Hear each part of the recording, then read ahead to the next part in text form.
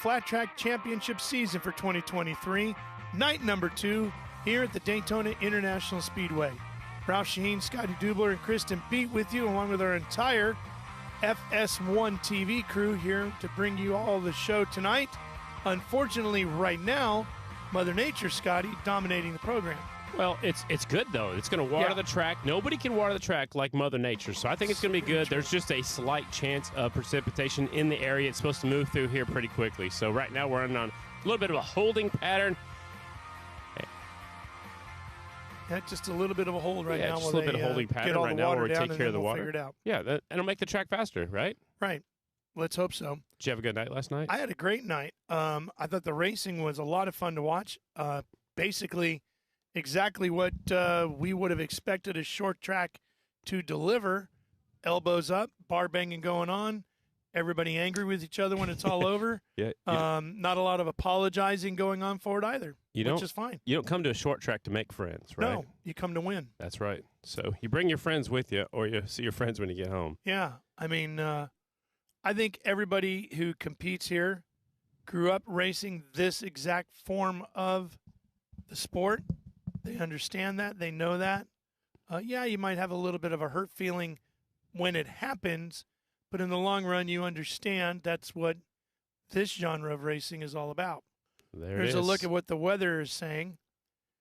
And the good news is it's going to be sunny by 5 and 6, and racing is when we're supposed to get started about 7. Perfect. Should be okay. Perfect. Yeah. All right. Well, while they wait for Mother Nature to finish up and getting the track all ready, we're going to step away for a little bit, but stay with us. We'll be ready to go as soon as they are. On Saturday, April 1st, the world's premier dirt track motorcycle racing returns to Arizona Bike Week. We got a barn burner, ladies and gentlemen, Arizona. Super Twins main event. Who's going to win it? Meet your favorite riders. Feel the adrenaline rush. This is Progressive American Flat Track, the Arizona Super TT on Saturday, April 1st. Get your tickets now at AmericanFlatTrack.com. Hey everybody, Randy Dye here for Daytona Dodge Chrysler Jeep and Ram. Ram trucks are back in stock.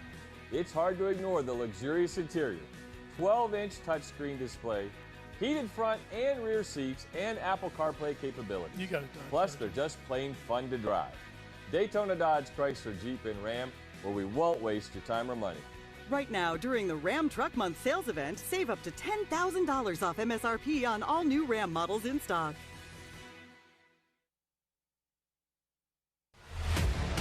VP Racing Fuels. No matter what motorcycle you race or ride, amateur or pro, we have a fuel to make more power.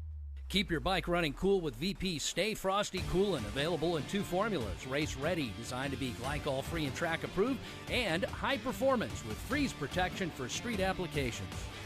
Visit VPRacingFuels.com to learn more.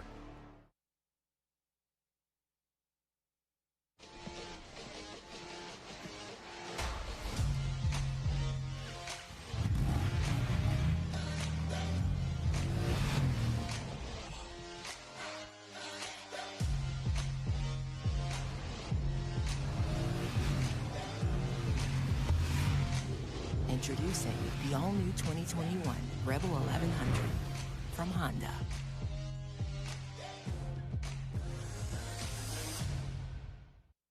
Mobile View has been providing state-of-the-art LED video screens to sporting and special events throughout the U.S. and Canada since 1999. We use our vast experience of thousands of events to help guide the process of finding the right size screen to help make your event a memorable experience for your fans and sponsors. SBS is the official brake sponsor of Progressive American Flat Track, your single source of brake components for motorcycles, ATVs, and UTVs in racing, off-road, and for street use. Try the improved brake performance of the all-new SBS Better Brake Series. Find the brake pads, rotors, and clutch kits that match your bike on sbsbrakes.com. There's a reason why SBS is the preferred choice of street kings and race champions alike. Go ahead. Once again, for the 2023 season, all Progressive American Flat Track classes are running the race-proven DT4 tire from Dunlop. Designed for pro and amateur riders alike, the DT4 has multiple compound options, an aggressive tread pattern, and can be run tubeless for greater overall performance. Dunlop, the official tire of Progressive American Flat Track. Brought to you by Yamaha. On the track, on the trail, or out on the open road, check out Yamaha's full line of class-defining, adventure-seeking motorcycles, ATVs, and side-by-side vehicles at YamahaMotorsports.com. Al Lamb's Dallas Honda is proud to sponsor the Singles Challenge. No holds barred, winner-takes-all dash for cash. The payout? A cool $2,500. Al Lamb's Dallas Honda, riding red since 1977. DallasHonda.com. Progressive is proud to be America's #1 motorcycle insurer, protecting 1 out of every 3 insured riders. And they also offer coverage for your boat, RV, and other adventure vehicles. Quote motorcycle insurance online in as little as 3 minutes or bundle your insurance together today. When you think of a ride, you think of quality. When it comes to hitting the ground and protecting your head, I wouldn't wear anything else. The design of it is round and smooth, so when you're rolling through the dirt, your helmet doesn't catch the dirt and hurt your neck. Safety in flat track and motorsports in general is probably the biggest concern. Obviously, we're all here to win. At the end of the day, we're all concerned about our well-being, and for that, you want to have the best gear on, you know, and for me, a ride's the best choice. Rev up to get fueled by Mission as the world's most extreme dirt track riders and tastiest products come together to fuel your flavor. Fully loaded tacos, fast wraps, piled high nachos. Whatever you crave, Mission will help you be race ready with easy to make recipes that will take your race day to the finish line. Keep your racing delicious and enjoy all the mouth-watering action. Brought to you by Mission Foods. Too fast, too tasty.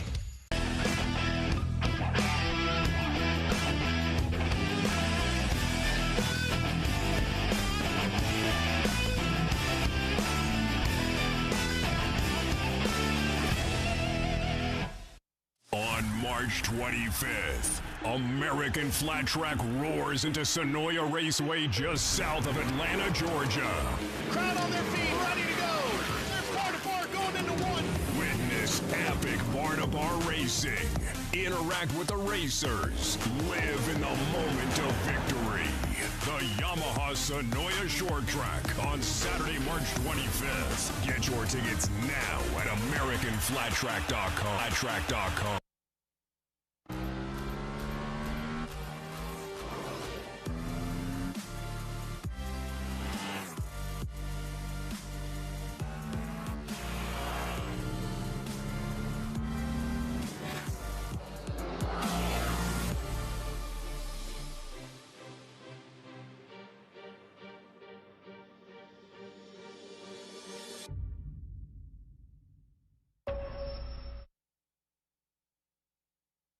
Rev up those taste buds with Mission Foods, a proud sponsor of AFT Super Twins. Mission Foods has mouth-watering snacks and easy-to-make recipes to fuel your race day. Now that's too fast, too tasty. Whether amateur or pro, VP has a motorcycle fuel to make more power. Keep your race bike cool with Stay Frosty Race Ready Coolant and high-performance formula for your street bike. Learn more at vpracingfuels.com. Kicker Performance Audio is your fuel for living loud and a proud sponsor of American Flat Track, the original extreme sport. Now in our 50th year, Kicker has been the world leader in audio gear for cars, trucks, motorcycles, and America's roads. Kicker Audio is living loud. Lincoln Welders is the official welder of American Flat Track Racing. When it comes to welding, cutting equipment, and safety apparel, Lincoln Electric is the choice. Go to LincolnElectric.com for all your welding, cutting, and safety apparel needs. And remember to hashtag WeldRed with all your projects. 2 short years ago, Honda released the Rebel 1100. And for 2023, they're introducing the all-new Rebel 1100T, equipped with a large, color-matched handlebar-mounted fairing and 35 liters of lockable storage. It's built for the open road. The standard and bagger models both start with a powerful twin-cylinder engine, so they sound as aggressive as they look. Head to a dealer to see the 2023 Honda Rebel 1100 and 1100T. Memphis Shades brings you a whole new level of style when it comes to motorcycle windshields and fairings. The quality, style, and selection set these products apart from the pack. Memphis Shades designs and builds all windshields, fairings, and hardware in-house. Raw materials in, finished goods out. Made in Memphis. Style that works. Sideburn is the world's finest Go Fast, Turn Left magazine. It's available to buy at Progressive AFT's Marketplace and is the official magazine of Progressive American Flat Track. For more information, visit sideburnmagazine.com. SolarFit, America's solar team, is a proud sponsor of American Flat Track Racing. Get your complimentary solar analysis today at americanflattrack.com/solarfit. And let the sun power your home or business for free. Everything we do at the track shapes what we build for the street and the dirt. You can see how bad these guys want it. The race to the line. For us, racing is not for the trophies or the glory. We compete because it makes everything we do faster, more durable, and tested to a higher standard. For S&S, racing is the ultimate in proven performance, and we've been proving it since 1958.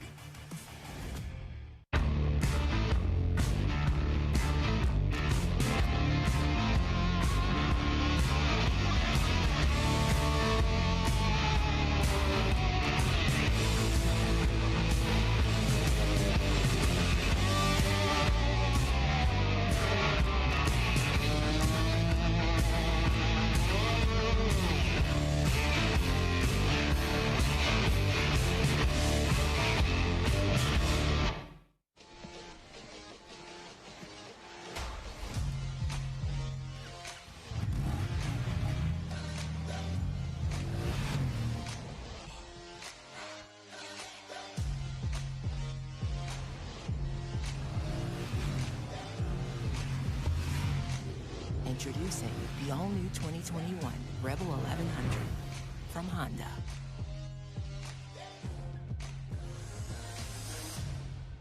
SolarFit has really helped us eliminate our electrical bill.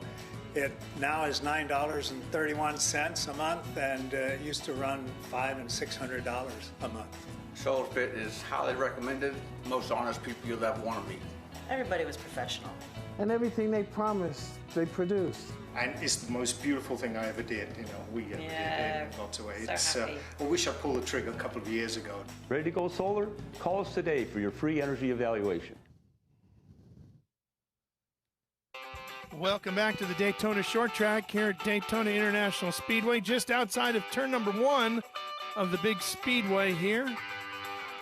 And you can see the sun is starting to pop out a little bit. Ralph Shaheen and Scotty Dubler with you. Scotty, I think we might actually have some on-track activity that doesn't involve heavy machinery in a few minutes. I think that's perfect. I think that'll help the racetrack. It won't hurt the racetrack. It didn't participate very long. No, it wasn't a heavy downpour. I said participate. I didn't say precipitate. Yeah.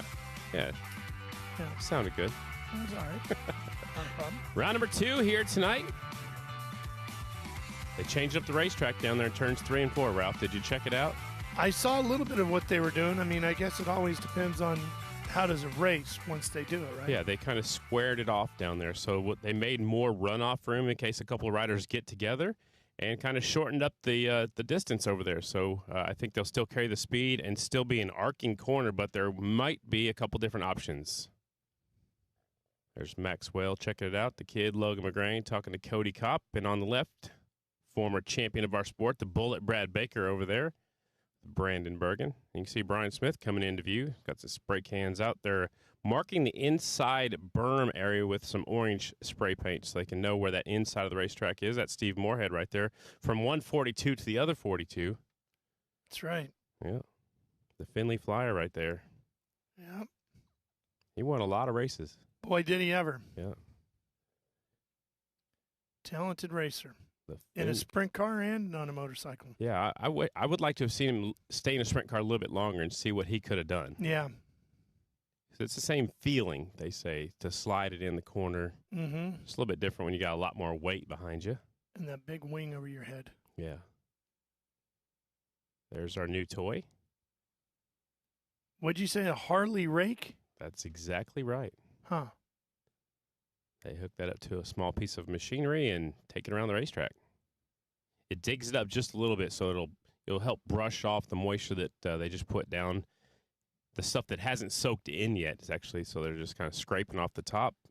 They told us earlier today, though, after practice and qualifying, they'll try to dig it up a little bit deeper when they put more moisture down on the racetrack. So this is just a little bit of a fix right now from the sprinkles we got.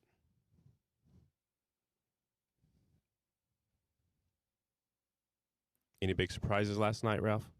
Yeah, I think Max Whale was a surprise in two different ways, right?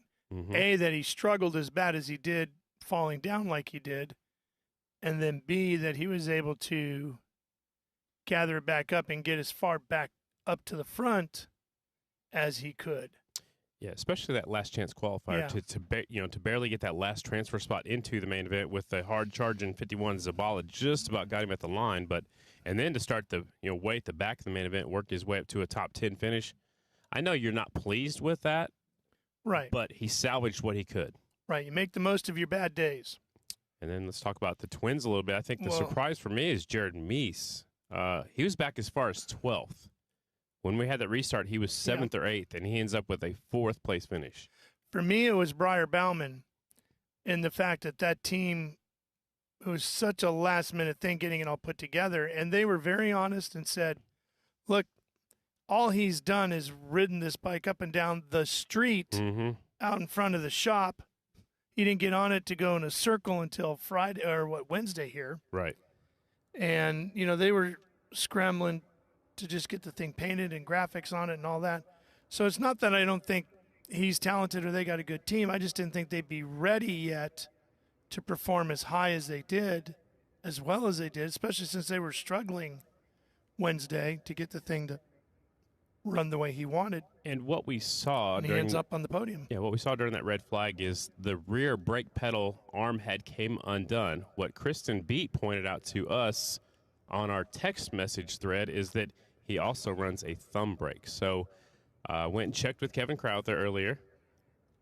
He did have a brake, but it was a thumb brake. So right, that's why he was allowed to That's why he was allowed to keep going, yes, exactly. So it was interesting because he was actually charging and closing in on the 44 of Robinson, and I was trying to figure out how he's doing that without a brake pedal, with rear brake, and he likes using the thumb brake, and that's something that Dave Zanotti has helped him work with, and it's better, brake control than, sometimes these guys run the motocross style boots, and sometimes you just don't have the feel, and some of them run the road race boots too, but you have a better feel with your thumb, obviously, than you do with your foot in a boot. Yeah. Makes a lot of sense. He was definitely charging hard. Got up there, got a 3rd place finish. J.D. Beach was 4th. Sammy back there in 6th, the part-time rider. Dan Bromley, another part-time rider. He'll pick and choose where he wants to race. He got 7th. And then Johnny Lewis, who was the last restart issue, went down, and there was a little bit of contact with another rider. And Johnny Lewis came from the back of the pack to an 8th place finish on that restart. We were focusing on the leaders. Johnny Lewis was going through traffic. Yeah, all in all, it was a pretty interesting night. A lot of storylines to follow, and intriguing all the way through, and sets us up for today. We didn't really talk about Cody Kopp, but boy, he dominated.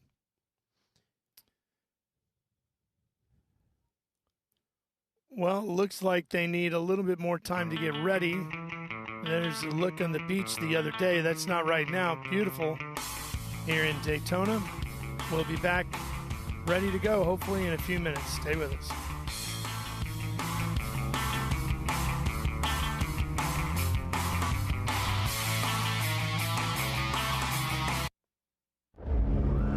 Progressive American Flat Track Championship season.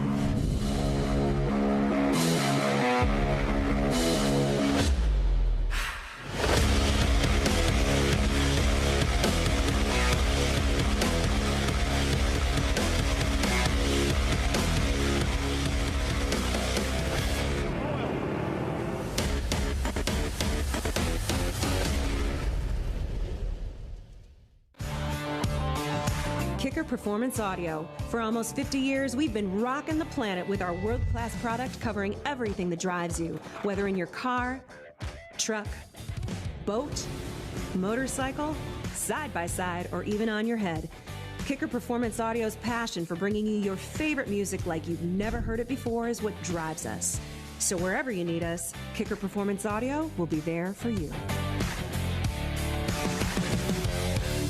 SBS is the official brake sponsor of Progressive American Flat Track, your single source of brake components for motorcycles, ATVs, and UTVs in racing, off-road, and for street use. Try the improved brake performance of the all-new SBS Better Brake Series. Find the brake pads, rotors, and clutch kits that match your bike on sbsbrakes.com.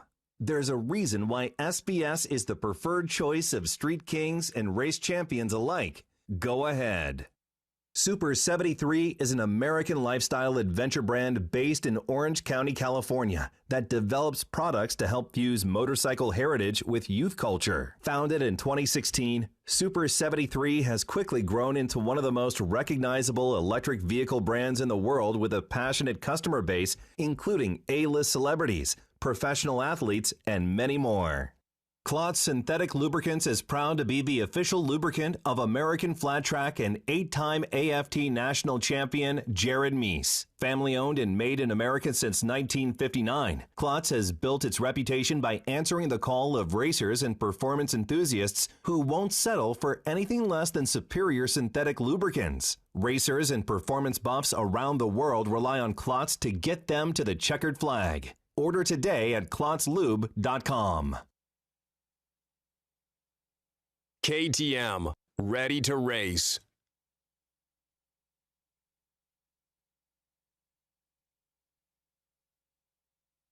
Once again, for the 2023 season, all Progressive American Flat Track classes are running the race-proven DT4 tire from Dunlop. Designed for pro and amateur riders alike, the DT4 has multiple compound options, an aggressive tread pattern, and can be run tubeless for greater overall performance. Dunlop, the official tire of Progressive American Flat Track. Whether amateur or pro, VP has a motorcycle fuel to make more power. Keep your race bike cool with Stay Frosty Race Ready Coolant and high performance formula for your street bike. Learn more at vpracingfuels.com. Everything we do at the track shapes what we build for the street and the dirt. You can see how bad these guys want it. A race to the line. For us, racing is not for the trophies or the glory. We compete because it makes everything we do faster, more durable, and tested to a higher standard. For S&S, racing is the ultimate in proven performance, and we've been proving it since 1958. DCT is an automatic transmission. You heard right. The Honda DCT is a fully automatic transmission. For a motorcycle, it'll shift faster than you can, at the right time, right speed, and right RPM. And when you want to shift for yourself, use paddle shifters mounted on the left handlebar. Take a DCT demo on a new Honda Africa Twin and other available models. Schedule your DCT demo right now at Al Lamb's Dallas Honda.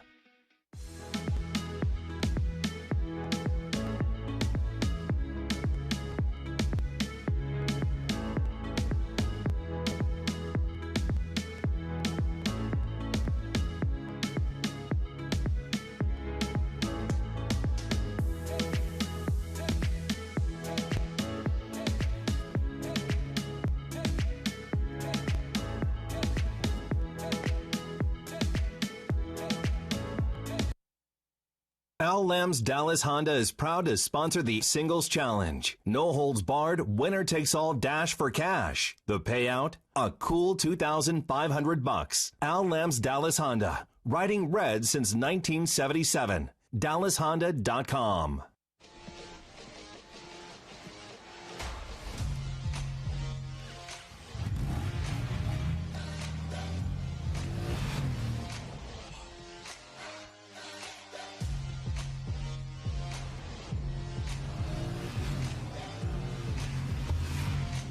Introducing the all-new 2021 Rebel 1100 from Honda.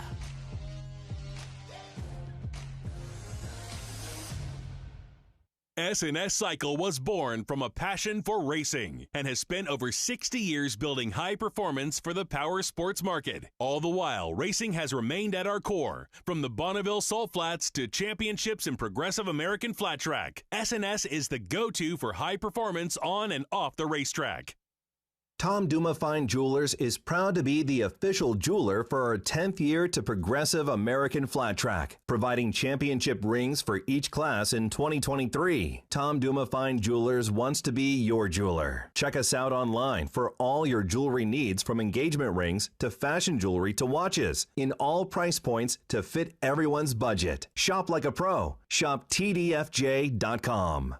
Once again, for the 2023 season, all Progressive American Flat Track classes are running the race-proven DT4 tire from Dunlop. Designed for pro and amateur riders alike, the DT4 has multiple compound options, an aggressive tread pattern, and can be run tubeless for greater overall performance. Dunlop, the official tire of Progressive American Flat Track. Back on Track, a Rookies of 79 501c3 charity, was established in 2009 by former racers to help injured racers get back on the racetrack or the track of life. Assistance is provided to injured racers through our posted schedule of benefits and special fundraising programs, where 100% of your donation goes directly to ease the financial burden from an injury sustained on the racetrack. Please consider supporting injured racers by purchasing a 50/50 ticket at today's event. Check us out on the web at backontrack79.com and donate today. Every donation is tax deductible and will make a difference in an injured racer's life. Rent tools and equipment from more than 70 leading brands, plus the full line of CAT machines, big and small. The right equipment, the right technology, the right team. All right when and where you need it. Visit catrentalstore.com. The all-new Yamaha YZ450F. Narrower, more compact, and lighter. Built to do one thing: go faster.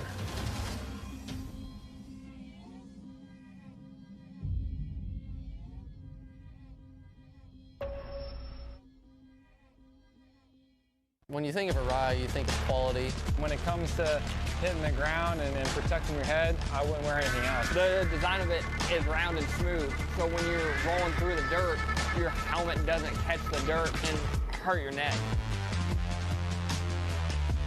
Safety in flat track and motorsports in general is probably the biggest concern. Obviously, we're all here to win. At the end of the day, we're all concerned about our well-being, and for that, you want to have the best gear on, and for me, a ride's the best choice.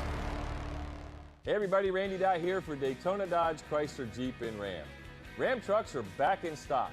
It's hard to ignore the luxurious interior, 12-inch touchscreen display, heated front and rear seats, and Apple CarPlay capabilities. Plus, they're just plain fun to drive. Daytona Dodge, Jeep, and Ram, where we won't waste your time or money. Right now, during the Ram Truck Month sales event, save up to $10,000 off MSRP on all new Ram models in stock. On March 25th, American Flat Track roars into Sonoya Raceway just south of Atlanta, Georgia. Crowd on their feet, ready to go. They're 4-4 going into one. Witness epic bar-to-bar racing. Interact with the racers. Live in the moment of victory. The Yamaha Sonoya Short Track on Saturday, March 25th. Get your tickets now at AmericanFlatTrack.com. FlatTrack.com. And we're back once again. Hi, everybody. Ralph Shaheen, Scotty Doobie with you at the Daytona International Speedway, the world center of racing, they call it, Scotty.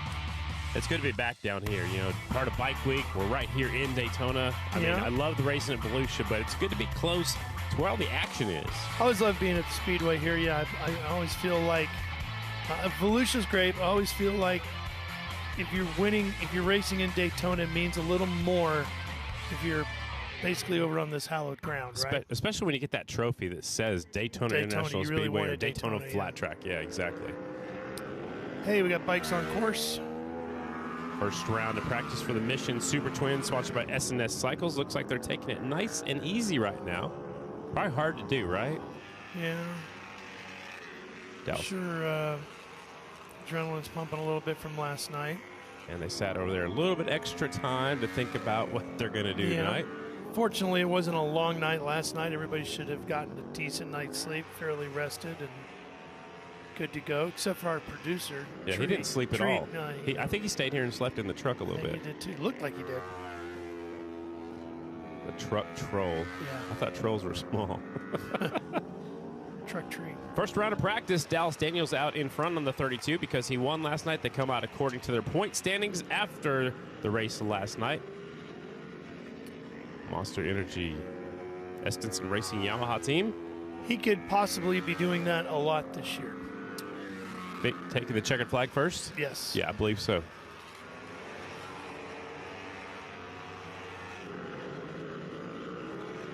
So let's take a look at how and where it is, Scotty, that they changed this track. Yeah, they did make some changes. So we'll watch Robinson going into 3. And after he gets past right about here, they cut off that corner right there. So there's actually more room on the inside. So if you want to go in wider and square off the corner, but then I think you're going to have a really tough time coming off turn number 4. So in theory, it's a good idea. I don't know if anybody will change and try any different lines, but it will also make it a little bit wider. If there's any contact going into 3 or 4, maybe a little bit more room to get woed down before we get up to the air fence. Robinson right there looks pretty strong. And then a big arc on that front straightaway yesterday, didn't we? Yeah, there you go. You can see the turn is kind of squared off between that orange hash mark over there towards the right, towards the mission tent. So it's kind of squared off just a little bit. Doesn't seem to be slowing them down at all down there in 3 and 4. Dallas Daniels at the top spot, 1:8.258, quickest time so far. Here in the Super Twins class, there's Robinson, the 44 bike. Finished second last night. He's catching up to the 34, Cameron Smith. Cameron Smith, they think he has some food poisoning issues right now. Got him right before the main event yesterday. So, have you ever or stomach bug? They're not 100% sure. I've never had a food poisoning issue. I don't hope you never do, buddy. I hope you never do. I hope not either. I had it one time, legitimately had it one time, and it was the worst. So once is enough? Oh, God, it was horrible. Yeah. Horrible. So checkered flag out here, group number 1. That's one of those things you don't wish on your worst enemy kind of thing, you know. So let me ask you this. Mm-hmm. For you, did you find it different to get into a mental mode to race short track or to race on a half mile or a TT or a mile? Which one was tougher to get into the right frame of mind? Because obviously they all require a different bit of a mindset, especially the mile and a short track. When I thought of short track, especially Daytona, I knew how hard it was, just to make it into the night program. That's your first concern, with so many bikes. That's what the singles are facing here today with 45 entries or 44. Only the fastest 32 go on. So you have to start out strong, and you have to be strong early on. So like if you go to a half mile or a mile, usually most of the riders will make it into the program so you could focus on different things ahead. But you also have to come in to a short track and be aggressive. So I think I would refer back to like racing at an indoor short track in Oklahoma or Texas, where I kind of grew up racing flat track. And you get in there where you want to rub elbows with people. You got to go in there and be aggressive, where if you go on a mile, you can't be that aggressive. You're going too fast, and if you make contact at the wrong time, it's going to put both of you down at high speeds. But that racing on a mile is such a sketchy thing at the same time, right? Right. But so I guess what I'm saying is, was it tougher for you to feel like, days out in advance, are you thinking more and worrying more or stressing more about racing on the mile because of what that requires, or the short track because of what that requires because of all the things you just said? I would think probably I would stress out more about the short track, just because it all happens so fast and a lot of things are out of your control. On a mile, believe it or not, things slow down for you. It's weird to say because you're going so fast, but things will slow down, so you have time to make a plan of what you're going to do next. You have time to think about, next time, do I need to go in lower? Do I need to go in higher? Here, it all happens so fast. We got 18-second laps. You don't have time to you have to remember to breathe. There's so much happening. I get all that. I would think for some guys, a mile would just be intimidating because of the high speed. And I can see no different that. than like a NASCAR racer thinking about Daytona or Talladega or an IndyCar driver not sleeping the night before running the Indianapolis 500. Right. Not just because it's the biggest race in the world, but because it's so sketchy as far as how crazy it is. Things are out of control. All the speeds are just so insane. Right. No room for error. I would say the things that are out of control are here, that everything happens so fast. So, and again, so much contact between your competitors. A lot will, it will depend on how you qualify. From today, from this moment forward, how you qualify to get into the program, that sets up the tone for the whole day. Your whole night, doesn't it? Yeah, I think it's more stressful for me as a former racer, a short track, especially like this Daytona Short Track.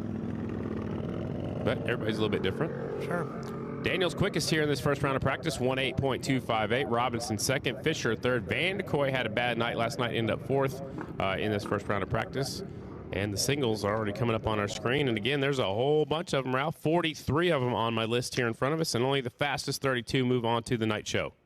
I think that's where you're going to find the most stress is in that singles category. Well, especially because, my God, is it deep. Especially, there's 8 or 9 rookies. First-time pros. Their first race was last night, so you have to kind of forget about that. Last night's over. This is a whole new night, and you have to try to think of this as a short track back home, like where you started to, say, Lawrenceburg Speedway, where, there's about 3 or 4 guys that are making their first start here. The race at the Lawrenceburg Speedway there in Indiana, so at the Berg they call it, but you just have to, or Lodi Short Track, you have to relate it to something at home and forget that you're racing against the best flat trackers in the world. Yeah. And that's easy to, it's easy to say sitting right here. It's easy to say till you roll out onto the track and you look at everybody lined up alongside you and in front of you and behind you. Yeah. And you recognize everybody. One of my biggest downfalls was looking at my heat race order or practice group order and say, oh crap, I gotta race against him.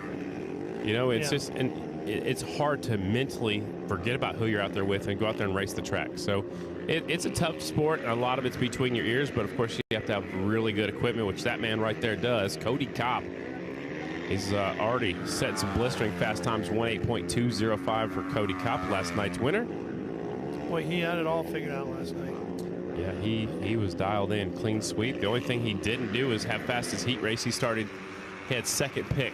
Yeah. But other than that, he was fastest at everything else. Bruner was pretty quick last night. Yeah, I think, we've been talking about him quite a bit. He was, I think, a little intimidated last year at the start of the season moving over to this team.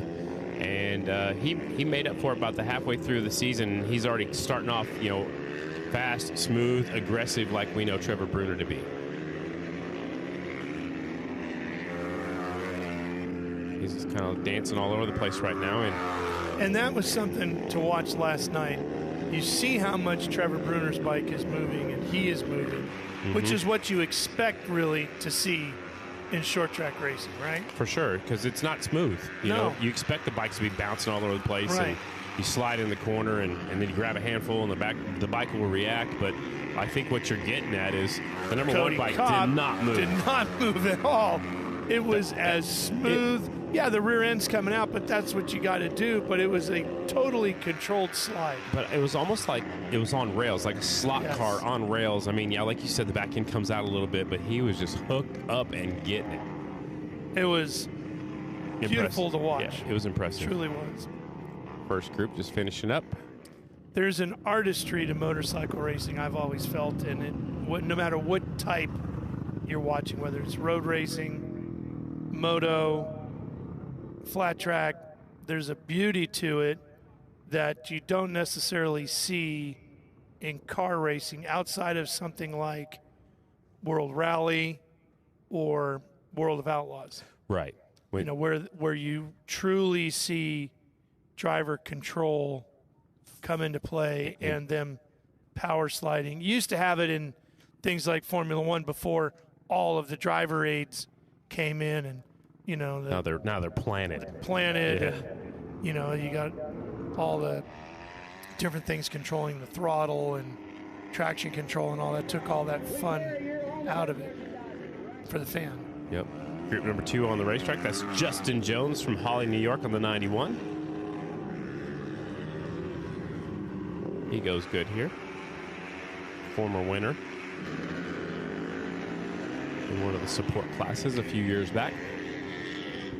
Something to be said for the rawness of some forms of racing, right? Yeah, for sure. You know, I love watching the sprint cars. You know, they drive the car with the rear end, you know, slide it into the corner and really, and then mash that loud pedal, they say, and steer it off the corner. Well, and flat track is really sprint car racing just on two wheels. Yeah. I've always thought. Yep, I agree. Justin Jones right there trying to see if he can move up the leaderboard this first round of practice.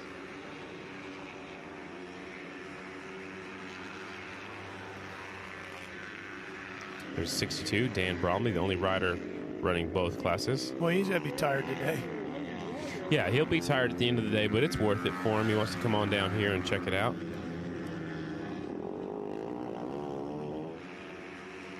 No hooligans tonight outside of the usual cast of crazies. Well. But we do have the BSA Astros. Bultaco Those Astros. guys. Yeah, and you can call those guys hooligans. Yeah. Right. They're just on smaller motorcycles. Yeah. A group of wild guys.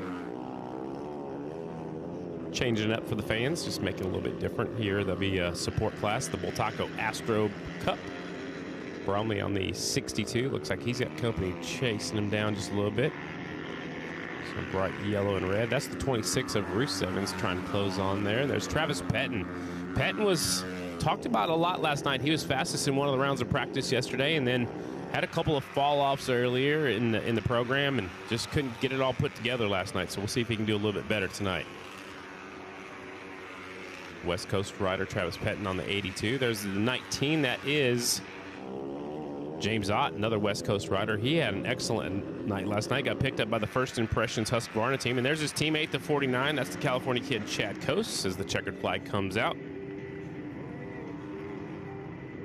And the 63, the Jet, Jared Lowe. Jared Lowe back there in the 19th spot. That's Trent Lowe's little brother. I love it when they wave at the crowd when they come off turn 2, take it down the back straightaway. A lot of their fans and supporters are back there up against the wall. I was trying to think of why I just brain faded on and went with BSA instead of Bultaco. And I realized what it was. I was talking earlier today with a buddy online about World Supercross, and we're going to Birmingham, England.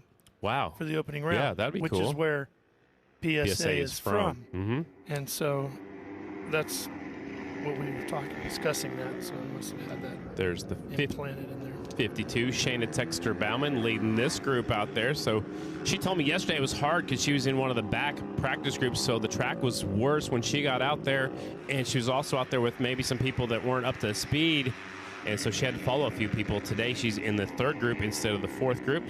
Shayna Texter-Bauman on that brand new ride. I was over talking with Rick Ware, the owner of that new team, this afternoon about how their night went, and boy, there's a lot of smiles over there. Yeah, Good. They didn't win, but considering where they were earlier in the week with the program, not expecting necessarily to have huge success here yesterday, and then to get Breyer up on the podium was a big moral victory, I guess. And Shayna Texter-Bauman was up there close. She was in a transfer spot in her semifinal, and one of the heat sensors actually started messing up. So when they stopped it, it was actually reading the bike was too cool and it was sending too much fuel, and the bike just slowed down on her. So she unfortunately had a little mechanical issue yesterday, but I think that's to be expected on a new motorcycle, and just things happen, you know? Yeah, those are the things you usually would work out, those bugs in preseason testing and practice, which they had none of. Correct. She's chasing the 195 right there, Clayton Williams, and she's trying to go up the inside. She's got company around the outside, but again, you want clear racetrack if you can. Here comes the 122, Ashton Yates. And Shayna Texter-Bauman sneaks a peek up the inside, makes a pass by Clayton Williams. That was a good move. She set it up going into turn 3 and had the drive coming off turn 4, and then she makes a little bobble right here in turns 2, but she looks pretty good today, Ralph. Yeah, well, the winningest rider in this category in history, right? She has 19 wins. Right at home.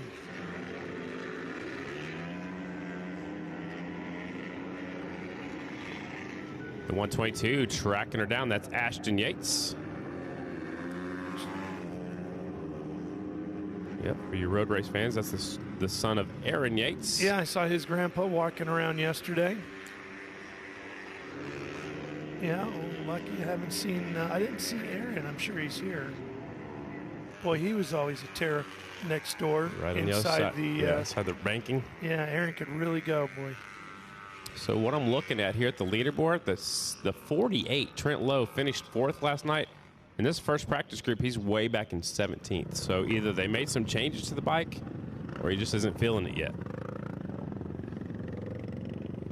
It's only practice, that's true.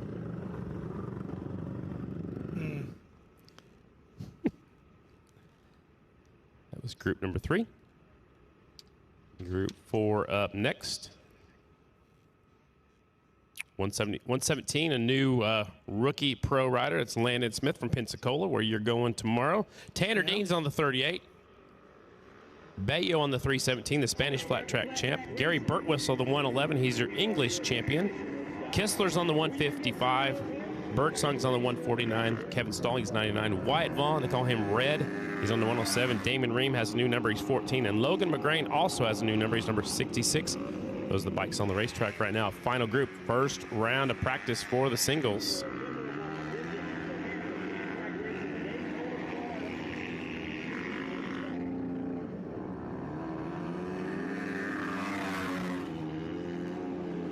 Tanner Dean sneaking a peek up the inside, making the pass. Guys racing pretty hard here.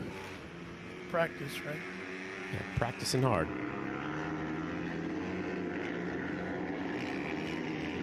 Landon Smith had a broken collarbone just a few weeks ago and had some surgery, and he's back at it. They call him that Smith kid because there's always so many Smiths. His dad, a big part of that team, his family supporting him. And Robbie Bobby turning the wrenches. He is Dalton Gautier's teammate for the 2023 season. Birtwistle, the English rider's up to 24th. Tanner Dean on that 38 has moved himself up to 18th. This first round of practice. There's the Spanish flat track champ, Gerard Bayo.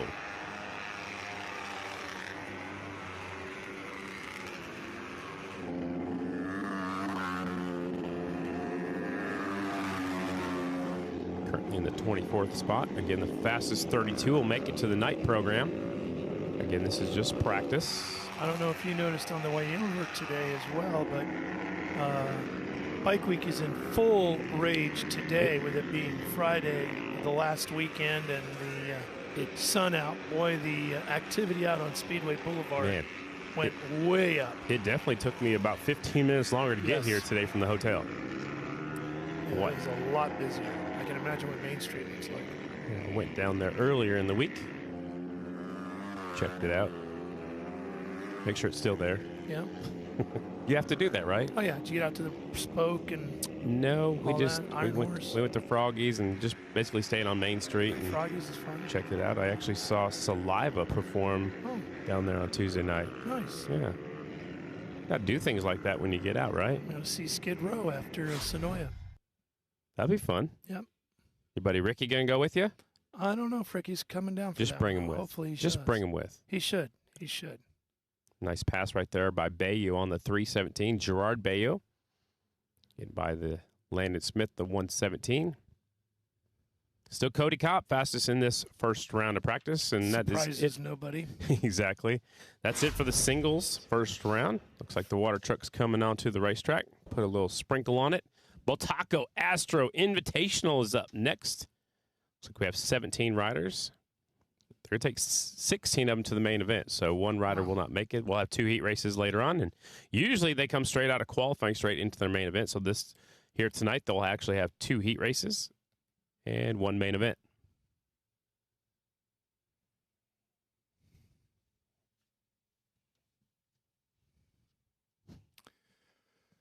Well, we haven't had a chance to introduce you to the third member of our crew yet since we've been on the air this afternoon. That is, of course, Kristen Beat. And Kristen earlier spent some time with Jared Vanderkoy. Jared, off track, when you go home, you have 2 kids, 2 fur babies. You have Cooper and you have Duke. I mean, being able to come home and have kind of that support system behind you, along with Jen, kind of tell me about that. And tell me about your babies. It's awesome. You know, everyone always says, hey, you guys have kids? I'm like, yeah, I got 2 of them. They're just my fur dogs. So, yeah, Cooper and Duke, 1 and 2 years old. just love having them. You know, if you're struggling, if you're doing whatever it is, you're away from home, you always want to get back home to them. They're awesome to have. They're so good for me. They're so good for Jen. It brings us together even more, and just love having them. And they are 2 labs, and they love swimming because I saw that last year. Are we going to see them at any races this year? Yeah, we usually bring them to about 80% of the races, the ones we don't have to fly to. If not, they go to the parents. But they love coming to the track, getting to walk, see all the new fans. And, yeah, they love swimming and playing ball. And guys, speaking of labs at the Halifax Humane Society in Daytona Beach, Stegosaurus is available for adoption. He's a 3-year, 3-month-old retriever Labrador mix. And guys, as you can see by his picture, he was so emaciated on his intake day. I was talking to some of the folks there at Halifax Humane. They said he walks well on a leash, loves to snuggle. He was an owner surrender, but because he was so emaciated, the rescue has been trying to kind of help him put on a little weight. However, his new family will continue that process. This lab mix would do really well in an active family, a family that loves to go for walks. And guys, this poor baby Stegosaurus needs your help. If you guys want to adopt him, visit halifaxhumanesociety.org or just drive right on down the road. They are based here in Daytona Beach. You can bring Stegosaurus home. He is looking for his forever family. I think Stegosaurus would love to go home to Oklahoma, Scotty. Well, I was kind of thinking he was going to go back to Mooresville and the Charlotte area with Kristen because she just can't say no to helping animals. Yeah, she has a huge heart. She does. Yeah. Yeah. She's gonna need an ark. She's gonna need an ark. Or a semi-trailer. Maybe she could use this and just keep all the pets in there with her and take them all to all. I wish you'd take them to the races. She used to take Rocky quite a bit to the races, but Rocky's with some of the other foster animals. Rocky went to spring training, but he didn't come here. Yeah, I think he's with the grandparents this weekend. Water truck's pulling off. Going to send out the Bull Taco Astros. You ever ridden a Bull Taco, Ralph? I have not, actually. You need to do it because it's quite an experience. They shift on the wrong side. They come with the brake on the wrong, they're backwards. Yeah, everything you think is not. Correct. The clutch is still the same. Obviously, there's no front brake, but you switch and move that brake pedal. You just want me to ride it to see me. I want to see if you can do. Well, I want to see if you can do it for one. Yeah. But no, they're fun and they're 2-stroke, and a lot of them didn't have the best brakes back then, so they have the compression release. So you pull that compression release when you go in the corner. It helps you slow down. Because when they built this sport, or when they started flat track, there were no brakes, so the compression release was perfect. And the Bull Taco Astros, man, they're just short track machines, purpose built to race short tracks. I love the look of them. Oh, they're beautiful. beautiful. I think they're a really great looking motorcycle. Yes. Yeah, most of them are red with the white with the black little checks in them. There's a few of them that showed up that are blue nowadays, and they're good looking bikes too. But I'm a fan of the old style with the red. Traditional. My grandpa actually had a van, and he painted it just like a Bull Taco. Oh, cool. Yeah, and everybody knew his Grandpa Dan, Bull Taco Dan. I like that. Yeah, it's pretty cool. I'm trying to think of maybe what the most difficult thing is. That the most difficult thing you've ever operated, as far as a car or a motorcycle? As far as, like you said, just the challenges being opposite. Yeah, of operating it. I think when I went over to England in September or October, whenever it was last year, they let me drive on the last day. Yeah. Well, I'm driving on the right side of the car. I'm shifting with my left hand. That would be a challenge. Yeah, shifting with the left hand was the biggest challenge. I mean, the pedals on the floor were the same, and then there was no real stoplights. They had a lot of the roundabouts, and so just trying to figure out which lane to be in for the roundabout. And luckily, Jeffrey Carver is over there, and Morgan, and I rode with them most of the time, but the last day, they'd already flown home. So I don't know if it was that difficult or just something that strange, but it kind of be like you sitting on a Bull Taco, I would assume. Everything's on the wrong side. I think the most challenging thing I ever drove was a 410 winged sprint car. Yeah. Because, there's no key, right? I mean, you get pushed off. It's an in and out direct box. drive. You're either in gear or out. You got to build up the oil pressure as that thing is sliding along, and then you push the button and it fires, right? It comes to life. And then once you're going, I'm trying to remember if it was the gas pedal that was up and down, and the brake pedal slid forward and different. back. Well, Maxwell had an interesting night yesterday, Chris, and I'm curious how he's feeling, if he's frustrated with it or if he's feeling positive with how he was able to bounce back. Overseas, you guys were talking about across the pond, well, across the globe, originally from Australia, Max Whale, and talk about a wild ride last night from the LCQ, advancing to the main to end up finishing 8th in the main. I mean, you at least got your laps in. Were you able to take away anything positive from the opening round of the season? Yeah, definitely got my money's worth last night. Learned a lot, especially coming through the pack, learn a few things about how the track develops and whatnot and where some good pathing moves are. But yeah, just tough. Coming from the back there, you almost get stuck into a loop and you start following people and what they're doing and stuff, and it ends up costing you a lot. So struggled a little bit, but happy to end the night with 8th. From where we started good, but from where we came from, man, it was a big jump and it felt like a win. Absolutely. And Max, we're looking right now, I believe the Astros are out on track, right? Astros out on track. If you can see where turns 3 and 4 are, that was the big topic of conversation coming into today, how that change in the track would affect the racing, if it would. I know you guys have only put a few laps down, but what were your evaluations of the track and how it's kind of developing out there for today? Yeah, definitely. It's a little bit different. It caught me off guard a couple of times, It's almost like change where your braking points are a little bit. So, that's that. But, yeah, it feels good. There'll be some good passes getting thrown around there, which will be good for later on tonight. And, looking forward to a good night of racing. Max, best of luck tonight. And guys, while we're here and since we're in the practice show on Fans Choice, let's go ahead and take a look at Maxwell's bike this year. We haven't had a lot of time to kind of give the close-ups. I know everybody at home yesterday was messaging me, hey, show us what's going on with the bikes this year. So this is the 2023 KTM. Just a few things offhand that I've noticed about the bike that I've been told. The bike chassis itself is a little bit wider than we've seen in previous seasons, and for some riders that's benefiting them, for others not so much. Another thing that I like, this is just a creature comfort. Guys, for the longest time, getting your bike up onto a kickstand, you're always kind of figuring out, like, hey, how do I want to do this? And for the most part, Maxwell is stealing my iPad there. It's fine. Go ahead. You just do your thing, Max. But this is such a cool creature comfort on the KTM 450s this year. I love this. Scotty, Ralph, really good looking 2023 KTM 450 right here. No doubt about it. And quick. Yeah, definitely. This, too, kind of cool, actually, when we're still on camera here. Just a few things that KTM has done to get the riders in a better position on track and kind of increase that confidence and comfortability on the bike. Well, Kristen, the first round of the Astros is done, and Garth at the top. Yeah, Garth Browse surprised me right now with a 20.023. Wyatt Campbell second, Ronnie Jones back there third, Jackie Mitchell fourth, and Jeff Hires rounding out your top 5. Yeah, that KTM looks beautiful. It comes from the factory pretty fancy, race ready. But then they've added a few extra things to that KTM for the riders here on the Red Bull KTM team. And she was talking about the little extra cushion or the kind of a grippy area that's down there by by your rider's boot to hold your boot right there. So that's what Chris was pointing out right as we walked away, or the camera moved away from there back to the racetrack. But yeah, they're good looking bikes. You can see that's the little black trim right above the foot peg.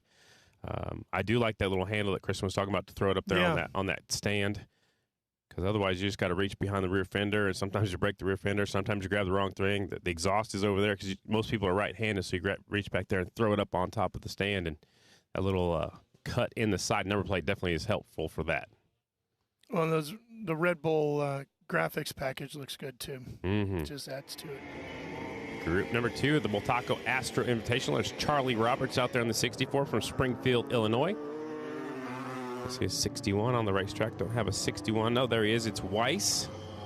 Don't have the first name just yet. Chris Boone is out there. He raced last night in the hooligan class. He's back for some more here in the Bultaco Astros. Lance Jones, former national number 23, is also on the racetrack. Greg Scalf on the 93. Rick Reed, originally from California, now makes his home in Chadwick, Illinois. And Lucien Marino, the Louisiana rider out there. That's going to be a fun one for us on that number 58. That's Flash, Charlie Roberts right there. You hear how they sound different. And I think the suspension on these isn't quite as good as our modern stuff. So you can see those kind of bouncing on the bumps a little bit more than like the 450s and our Super Twins class. So you can see them just, a rougher ride. Yeah, bouncing around just a little bit. And Charlie's got those the old school Bultaco leathers on. Oh. And Kristen found a new friend. Who's that, Kristen? Actually, Miss Molly, and she is here to support Trevor Bruner. So Trevor Bruner's fan section, 4 legs and 2 tonight, guys. All right. That's Miss Molly.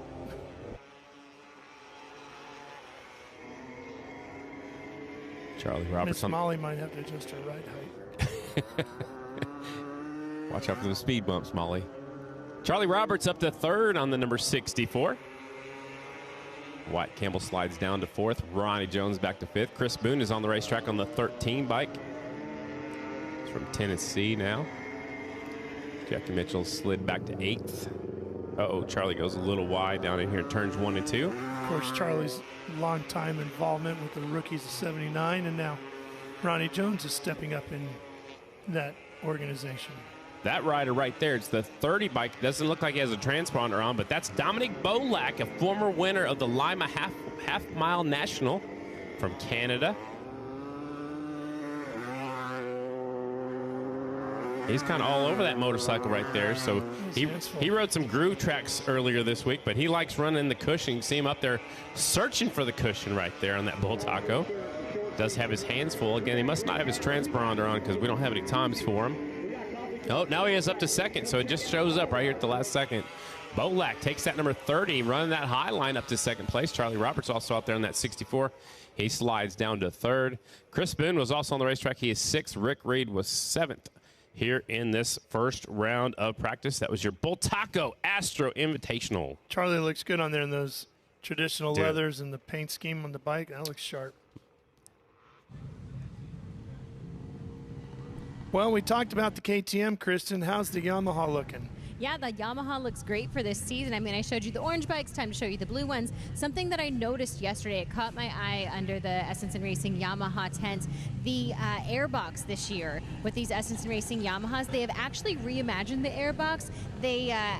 This is not something you will see on any other Yamaha 450. This is not stock. This is something that the Essence and Racing Yamaha team did. They actually took the airbox and they drilled these holes in it to kind of make it look uniform.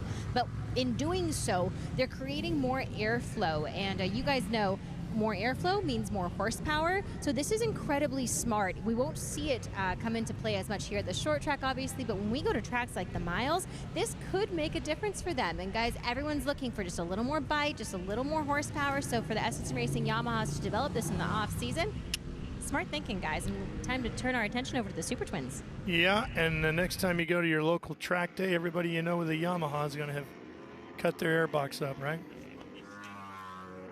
Yeah. Monkey see, monkey do, and what you see on the racetrack here at the Grand Nationals, they kind of copy that at the local racetrack. So again, it's allowing more airflow to go into the airbox straight to the air filter, and of course you got to clean those after every race down here at the Daytona Flat Track. Not every race, but after each night. Dallas Daniels right there. This is next round of practice, I believe. Yes, practice round number 2 for the Super Twins. They get 2 rounds. Everybody else gets just 1 round of practice. And then we'll get into qualifying.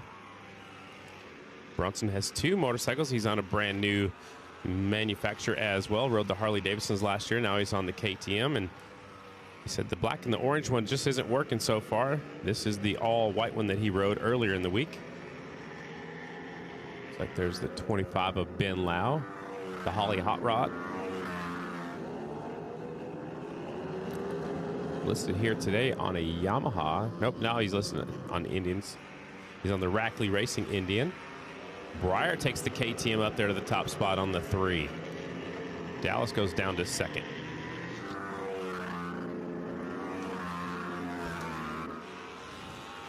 Well, a little more on the story of what's happening on the track. Here's Kristen. Yeah, well, you guys mentioned Breyer earlier, and there have been a lot of questions. And if you go on the American Flat Track Facebook page, there has been a lot of discussion regarding Breyer's thumb brake. A lot of folks saying, oh, maybe that's what's helping him this year. He's got a thumb brake. Nobody else has a thumb brake. Well, I want to set the record straight. I talked to Breyer himself, and he said, I haven't even touched the thumb brake out there. They set the bike up that way, so later on in the season, on the half miles and the miles, or even on the TTs, if he wanted to play around with the thumb brake, he could. But here on the short track, they even have it taped. He hasn't been using it as much. They thought maybe last night when the brake cable, they were having issues with that. They might be able to utilize the thumb brake. That didn't help him much. So yeah, it's not making a big difference, but you don't usually see three guys running the thumb brakes here on the short track. Breyer just has it already positioned on his bike for later on in the season if he chooses to use it then.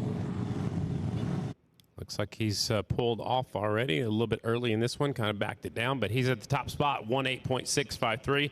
And a lot of people were wondering how he got to continue racing last night with that rear foot brake pedal was disconnected, but he did have that thumb brake pedal, so it was a good thing he had it on there. That's why they let him continue on in last night's race.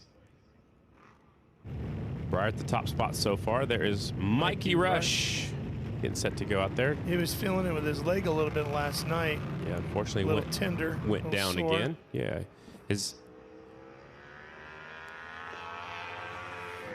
broke the primary bike yesterday and missed a flight coming here and hit the ground once last night, and still that left foot is very tender. He told Kristen Beat and I earlier that he doesn't have much time to practice because of all the rain they've been getting where he lives. His practice track is pretty much not rideable, so he doesn't have a good place to train and get back to flat track speed. He said he's been trying to ride some off-road stuff, but it's not the same as really putting that weight on that left foot on that steel shoe and sliding it into the corners. So well, he was talking also about the fact that he's going to need one more surgery, wasn't he? Yeah, and he's going to try to wait until later at the end of this year. Yeah, that's a long time. Yeah, because that happened at Charlotte at the end of last year, right? The year before. It would be the year before, yeah. So it would have been 21. Yeah, he's just been struggling just a little bit, but he's still out here and put in the laps, and I think he's the only Harley-Davidson in the Super Twins class.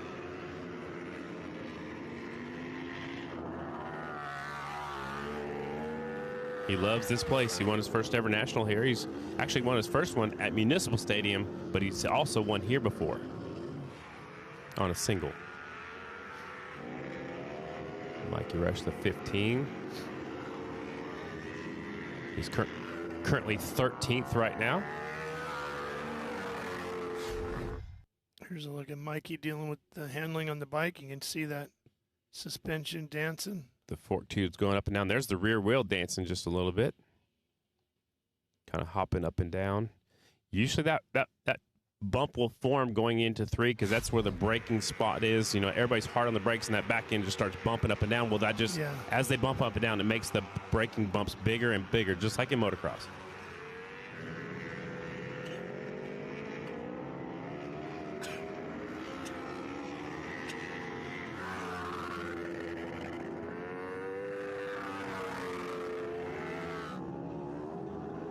'25 Super Twins, only the fastest 18 will qualify to the main event unless somebody uses a provisional start to make it in. Checker flag falls ending this session.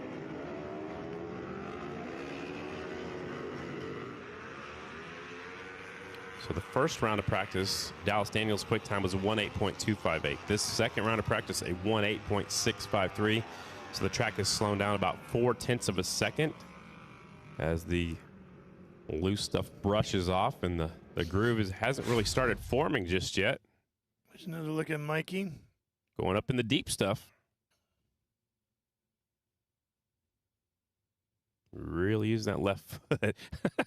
Almost like he's trying to make it go faster with his foot. Yeah. There, huh? Almost like you whip a horse, right? Yeah. When you're horse racing. I think he's just out there having fun. So we talked about it yesterday, Scotty, down to 2 classes from 3, but the fields are bigger. How do you feel about that? I like it because when I go to a race, I want to see the best racers line up against the best racers. So you take some of those guys out of the Production Twins class. Some of them went back to singles. Some of them move up to the Super Twins class, and that will stack the field and make for some better competition, I believe. Yeah, I would like to have seen Jesse Janisch. Yeah, I think so too. I think he'll be at a few rounds with Wally Brown Racing. Yeah. I think there's about 4, 5, 6 of them maybe on the list.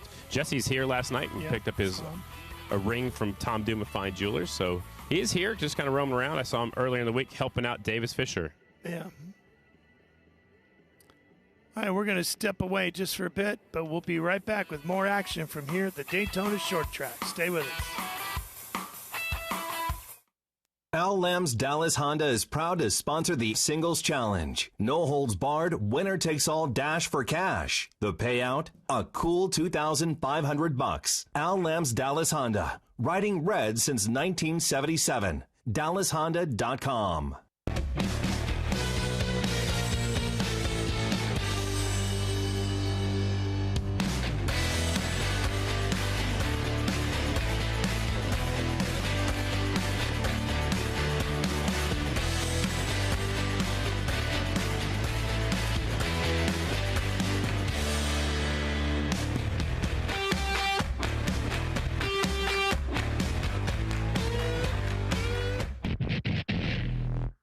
Cometic Gasket is the official gasket of American Flat Track. For decades, American Flat Track champions have depended on Cometic to seal their engines. Cometic gaskets are the professional standard for racers who demand the very best. For more information, log on to Cometic.com. Cometic Gasket, sealing champions since 1989.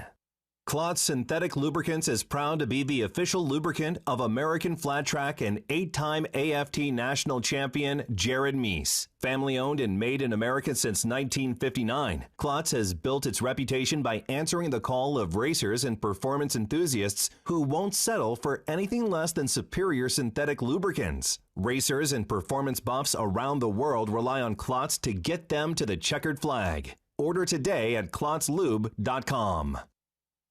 Mobile View has been providing state-of-the-art LED video screens to sporting and special events throughout the U.S. and Canada since 1999. We use our vast experience of thousands of events to help guide the process of finding the right size screen to help make your event a memorable experience for your fans and sponsors. This year sees Royal Enfield return for an all-new season of Build, Train, Race, and a big step forward for the Moto Anatomy powered by Royal Enfield team. For the first time, Royal Enfield steps into the premier class for a full season of AFT racing, this time with a 2-rider team. Meet the racers and check out the machines of both of Royal Enfield's groundbreaking programs. Arai Helmets started racing in America in flat track, and we've been supporting it ever since. Arai, handcrafted with an obsessive dedication to rider protection. For more information, please visit our website, AraiAmericas.com. Rent tools and equipment from more than 70 leading brands, plus the full line of CAT machines, big and small. The right equipment, the right technology, the right team. All right when and where you need it. Visit catrentalstore.com. Whether amateur or pro, VP has a motorcycle fuel to make more power. Keep your race bike cool with Stay Frosty Race Ready Coolant and high performance formula for your street bike. Learn more at vpracingfuels.com. From the flat track to the strip to the street, it's ARP fasteners for your bike. If it's for show or for go, ARP makes the highest quality and most dependable fasteners with strength for performance and good looks. The speed demons of American flat track racing trust ARP for maximum clamping force that leads to victory lane. When failure is not an option, it's ARP-bolts.com, no matter what you drive. DCT is an automatic transmission. You heard right. The Honda DCT is a fully automatic transmission. For a motorcycle, it'll shift faster than you can, at the right time, right speed, and right RPM. And when you want to shift for yourself, use paddle shifters mounted on the left handlebar. Take a DCT demo on a new Honda Africa Twin and other available models. Schedule your DCT demo right now at Al Lamb's Dallas Honda. And welcome back to Daytona Flat Track, powered by Daytona Dodge, Jeep, and Ram. It's round number 2 here tonight. Up next will be the AFT Singles class. The Parts Limited AFT Singles class is sponsored by Kicker. They're getting ready to roll onto the racetrack to put some more moisture down. They'll continue to do that throughout the evening. And then after practice and qualifying is all done, they'll dig it up a little bit deeper and put a lot more moisture down before we get ready for the night show. Ralph wanted to go outside and check out 3 and 4 for himself. He'll be back up here in the booth in just a moment. Singles getting ready to hit the racetrack for their first round of qualifying. And they're all gunning for the Pronto Parts Plus Pole Award. That's for the fast qualifier out of qualifying. So before the night even really gets started, somebody's going to pick up $500. Last night it was that man right there, the one bike of Cody Kopp. During this first round of qualifying, they'll actually come out here and get a good chance to get a practice start from about the same area where they'll be starting in just a little bit. This is their only opportunity to do a practice start, is right here during this first round. They're lining them up like they used to with about 6 or 7 of them out there on that front row. There goes Kopp on the 1. Here comes Bruner in hot pursuit on the 21. Again, this is qualifying to come out according to their points from last night's finish. If they don't have any points, they go out in a little bit later groups. There'll be 4 groups of riders, 43 entries here today in the singles class. And the fastest 32 will move on. Look at Cody Kopp way up there in the loose stuff down there in turns 3 and 4. Just wanted to try the high line and carry some momentum.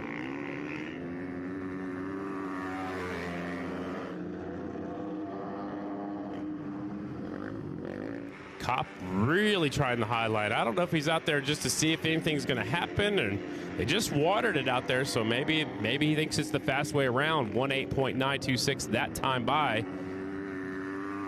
Let's check in real quick once again with Kristen Beat.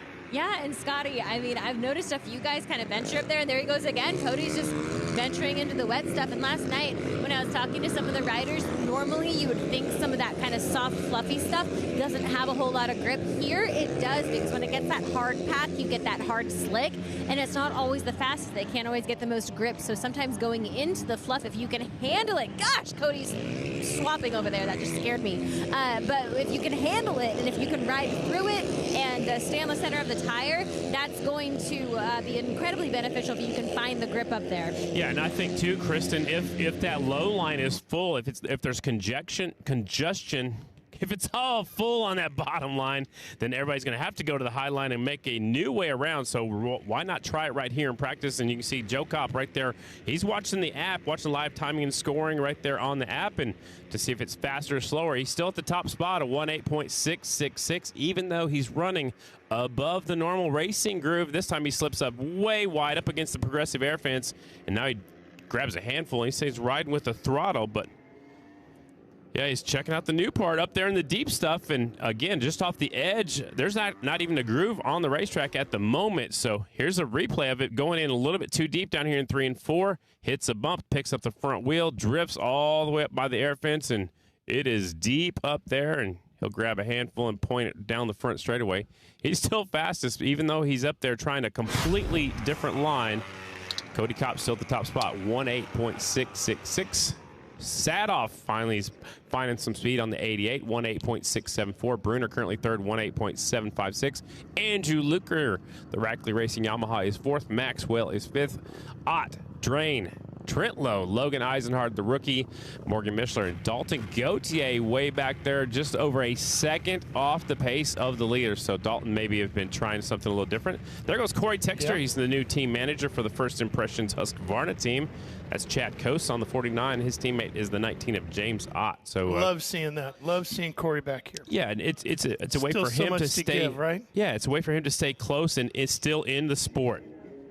Let's check in once again with Kristen Beat down there. Kristen, there's a lot going on down there. And speaking of Corey Texter, just a moment ago, I asked him, what were you telling the guys out there? And he said, you're going to see a completely different Chad Coase here tonight, as well as James Ott. He said he was so proud of James Ott for making the transfer, winning the LCQ. But he said that the big thing that he's trying to tell these guys is you just have to run your race. Don't get caught up in the first race of the season jitters. Go out there, run your race. But he also said collect points, and that's what resonated with me, is that these guys are fighting for each and every point. He said it's so easy to kind of give up halfway through a race and not worry about the single point, but he said he wants to see both of his riders, James Ott and Chad Coase, fighting for those points. I think that's a great message right there. Good job, Kristen. And they are racing for the championship, so every point matters at the end of the year. There goes Justin Jones way up deep in the loose stuff, and Chad Coase got a good battle going on with the 62 right there. Dan Bromley running the ball. Bromley just came off the motorcycle right there. Here's a replay. Look at Justin Jones to the right side of the screen. Again, it's deep up there. It's almost Lima, Ohio deep right now. It's really brushing off with this new well, that's toy saying something if you're Lima, Ohio deep, huh? Yeah, they got this new toy. It's kind of, scruffing up the edges and they put the moisture down. But, yeah, if it's getting way deep on the outside. We might have us a totally different racetrack here tonight because there's not really much rubber being put down, and we're already in the first round of qualifying as we take another look at Justin Jones from Holly, New York. He had himself a wild get off earlier in the week. And just as we're getting ready to look at that replay, watch the second biker, the one on the left. Bromley gets it way sideways. The back, his foot just touched the axle of that motorcycle, and he did an excellent job keeping that bike on two wheels and then get it pointed the right direction down the back straightaway. You see Jones reaches up and grabs the 91, reaches up, grabs a tear off. He's currently 9th quick so far. Go back up to Bromley on the Henderson Racing Products Yamaha. They're going to pick and choose which races they want to do this season, and he's running both classes tonight, just like last night. Justin Jones actually won out here back in 2015 in what was then called the Pro Singles class. This is group number 2. Also out there on the track is Hunter Bauer. We talked about him a little bit yesterday, Ralph, and he didn't have the sponsorship funds like he did last year riding for NKR, and he picked up a few sponsors that he would like for me to mention. L&R Racing out of Shawnee, Oklahoma, and Martin Trucking helping out the 24 of Hunter Bauer. The Canadian flat track champ is out there. I love the pit area here. Other teams will help out what they can. Speaking of helping out, there's Jake Johnson, a former champion, helping out Shayna Texter. He is the team manager, team mechanic, and talking about what's going on. And here comes Corey to talk to his sister about what's going on. And Chad Coase is also talking to Corey about what's happening, and he'll relay that information to Shayna. Shayna Texter Bauman on that 52. Brand new team, Pronto Parts Plus Pole Award. Up for grabs for the fastest qualifier. So far, it's Cody Kopp, 18.666. Taking a look down through the leaderboard. No big surprises. Currently, Max Whale 7th. James Ott 8th. Justin Jones, who we were watching a lot in that last one on the 19, is 9th. Bromley 11th. And group number 3 is on the racetrack. Shayna Texter Bauman, the 52. The 216, Declan Bender, a new pro. Clayton Williams, 195, another new one. Reese Podorf on the 106. That's Chase Sadoff's old number. Podorf, Jane taking over for Sadoff on the 106. Ian Wolf, 157. Cole Zabal, 51. Jess Reynolds, another female rider out there. She is from Pennsylvania. She's on the 270. 122, Ashton Yates. 112 is Aiden Brown from Walton, Kentucky. 55, Tyler Raggio. And Krdrovic from Czech Republic out there.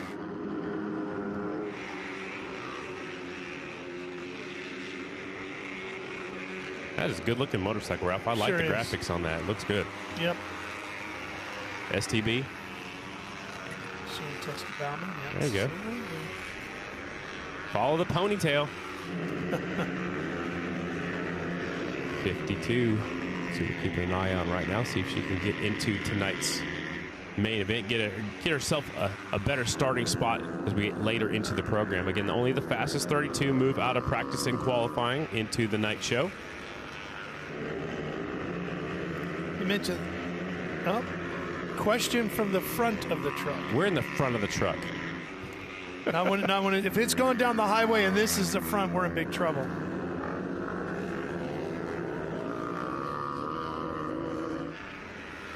You could use a provisional if you had one, but she doesn't have one because she didn't run the category last year, right? So a general question, and I'm not 100% positive on this one, but the question was, can you use a provisional just to make it into the fastest 32, to make it into the night show? And I don't believe that is the case. I believe the provisional is for one of the riders that did not qualify for the main event, and they'll go from last night's points. And if there's no points from last night, they go from last night's finishing positions to who will get the first provisional to make it to the main event. So I don't believe the provisional is actually to get you into the show. It's just to get one rider into the main event. White flag is out. Shayna got into turn number 1 a little bit too hot, bounced the rear wheel a little bit. Now she's up in the loose stuff. Look at her. She's using her foot, kind of like Mikey Rush was in the Super Twins class. That'd be a great still photo, though, wouldn't it? Yeah, I mean, she was all foot all over there. Yeah, that'd be body awesome. English. Yeah. been some great photos of Gary Nixon like that, loose in the corner. Sometimes he had open face helmet on, had a smile on his face, his tongue sticking out sometimes. He was a character. Just brings a smile to your face thinking about Nixon, doesn't it? Yep. Shayna Texter-Bauman, currently 28, so right now she would make it to the night show, but she needs to step it up to get a little bit better starting spot in the show. We get going. The Spanish flat track champ is up there, and also the Czech Republic champ, Krajovic, in the 23rd spot on the 341. Have you ever been there? Not to the Czech Republic. No, have you? No, I had a chance to go to Brno for MotoGP and couldn't make it. I'd love to go there. Looks beautiful. Let's put it on our list of things to do. Okay. All right. Right after Lima. Yeah, let's do it. Up next, group number 4. Here we go. Final group, practice group. It's actually qualifying round number 1. Cody Kopp still at that top spot. He's looking for another $500 for the Pronto Parts Plus Pole Award. Well, we both have a couple of new venues on the tour this year we're looking forward to. There's a couple of them. Yeah, I've never been to Mineral Wells. As long as that track was on the circuit, that's in West Virginia. We're both looking forward to New Jersey. And track up there. And you mentioned you were really looking forward to the Buffalo Chip. Yeah, well, I got to see that. I called that race once on TV, but we didn't go there. Oh, Rider down right here in front of us. Absolutely. That's the 111. That's Burt Whistle from England. Yeah, Ralph, you got to call that race, and when we were calling the races for a while, we do it out of the studios in Charlotte, the NASCAR studios, and now you and I are here at the racetrack calling it as we see it and cutting it down for FS1, but you got to call it, but just being there at the stage, at the Buffalo Chip. And then what was cool to me is as soon as the checkered flag was done on that last main event and the last bike was stopped, they opened up the track and the fans just rushed the stage for one, to see the victory podium and the burnouts and all that fun stuff. But then a band starts within 10 minutes of us getting off the stage, and that is always so much fun. I'll be right there for that. I don't even know. I haven't even looked to see who's playing yet. Last time I was looked, there, but I haven't seen anybody announced yet. Last time I looked, it was Godsmack when we were there, so that was fun to introduce them. And Sully was in a big race opening ceremonies. Yeah, he stuck around. I could see him watching the race, and he was trying to hide out and get ready for the show, but I saw him watching a lot of the racing action. Keeping an eye right here, looking through the field, the 149. That's Birdsong from Kansas. There's Burt Whistle from England. Looks like he's struggling with the racetrack just a little bit. They have a replica of the Springfield Short Track over there. It's called Greenfield, and it is definitely a lot more traction than what we have here. It seems like Burt Whistle's having trouble getting that thing woed down going into 3. Does an excellent job right there when the camera's on him this time. And he's got Jeffrey Carver Jr. actually helping him out down here. The Happy Trails Racing, the 23, is here. Got hurt at one of the off-season races a while back, punctured a lung, broke some ribs, and he's on the mend. So in the meantime, he's helping out the 111 of Burt Whistle, currently up to 26th fastest. Gerard Bello, the Spanish flat track champ, is 22nd. Kevin Stallings out there, the freak of nature, he's moved up to 17th. And there's the 111 of Burt Whistle. He wanted to come over here and see how he stacked up against the American flat trackers. Something you and I have never been called. Burt Whistle? Freak of nature. I don't think I'll ever make that one happen. We never got that one, did we? Yeah, that came from a racetrack in Indiana called Mid-America Speedway, and the announcer there started calling Kevin Stallings that when he was about 12 years old. Little bitty guy came up through the ranks and was beating the big motorcycles out there, and that's how he got the name. So Cody Kopp was fastest out there in that round of qualifying.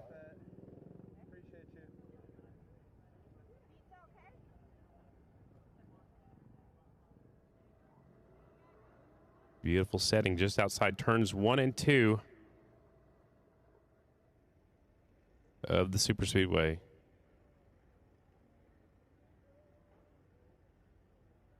Hey, we want to welcome everyone out to Daytona. American Flat Track Racing. Getting ready to get this thing going here about 7 o'clock tonight. Want to invite everybody. Well, tacos are coming up next in just a moment. Looks like they're trying to see if they're going to water the racetrack or what they're going to do. As the stands were filling up, at least on the straightaways yesterday, and their standing room was up on top of the wall, but they cannot go up there until after all the road racing action is done up there on the high bank. So when all that stuff is done over there on the other side of the hill, they'll open it up. I see fans are standing up there right now, so when you're up there, you can get a good bird's eye view of the racetrack. Open paddock area is scheduled from 5:45 until 6:45. Opening ceremonies here today is right at 7 o'clock, and we might start that a little bit later. not as much stuff happening here in opening ceremonies. So in the meantime, before the Bull Taco Astros come out, we'll take another quick break. And when we come back, Bull Taco Astros coming up next here at Daytona.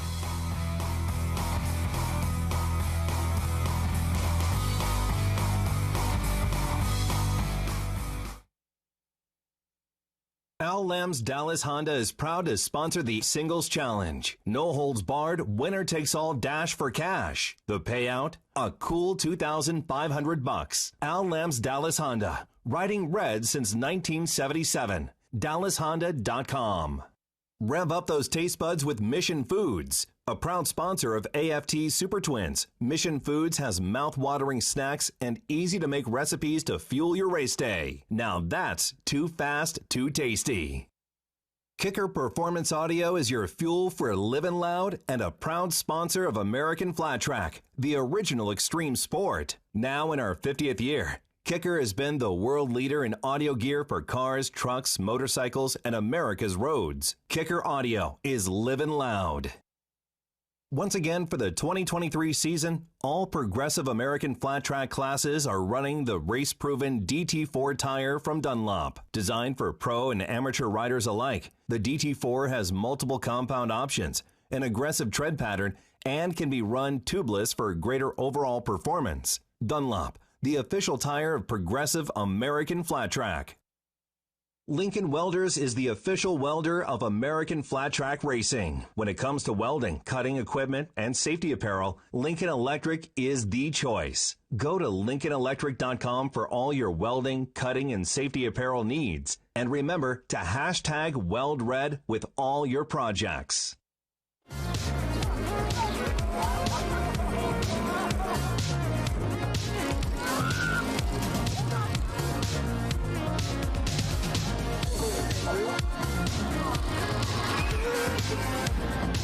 There it is, dude.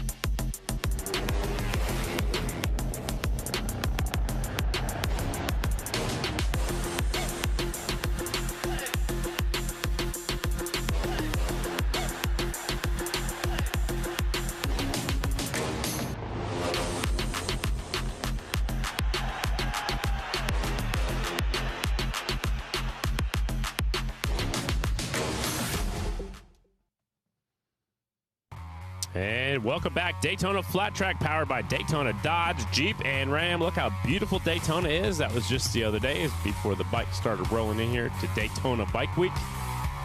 Getting set to go with round number 2, Progressive American Flat Track here at the Short Track. Well, Taco Astro Invitational, their first round of qualifying is up next. They'll set their field for their heat races. So since we started talking about Sturgis, I got looking on the website here. I know who's supposed to play. Who is it? Supposed to be Leonard Skinner. Are we sticking around to watch that? Oh, absolutely. Are we staying in the front row? Absolutely. We'll stand on the stage. Okay, let's do that. Sadly, Gary Rosington, who was the last remaining original member of Leonard Skinner, recently passed away just the other day. So I don't know how that impacts the band. They were supposed to be there celebrating their 50th anniversary. Okay. We'll have to see what the band decides, but they were the band scheduled to play Sunday night, August 6th, after Progressive American Flat Track. So that would be fantastic to see Skinner again. That would be a lot of fun. I've never seen them. No? Nope. Oh, of course, they're from right up the road in Jacksonville area, and you know where the name came from. Tell me. The PE teacher. Okay. That the guys who, the Van Zant brothers, Gary Rosington, all of them, that went to high school together, and PE teacher gave them a lot of, hard time being long-haired, freaky guys kind of thing. So they got sick and tired of him and said, well, you know what? Let's just name our rock band after him. So we'll call ourselves Leonard Skinner. No kidding. Yep. That's awesome. It's fantastic. Never heard that story. Yeah. Bultaco's on the racetrack. Gonzo, Garth Brow out in front. He actually seized that motorcycle up a couple of days ago when he won at Bubba Speedway Park over in Ocala. Just as he took the finish line, it seized up.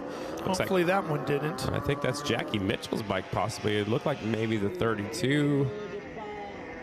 Just out of our screen, so there's Gonzo right there. Ronnie Jones chased him down on that 16. Now, you're going to see Ronnie on a bike again, you think? Not on this type, but I mean in... I'm not sure. He did what Super Twins. He did what he wanted to do. He has competed now and made a main event in 6 different decades, going back to the 70s, 80s, 90s, 2000s, 2010s, and 2020s. I don't think that's ever going to happen in any other sport. Motorsport, probably never. But I don't know. I think maybe if the right situation came up, but a couple years ago he got really serious about it and actually had a trainer, and he's like 58 years old, 59. I think he's 59. Might be older than that.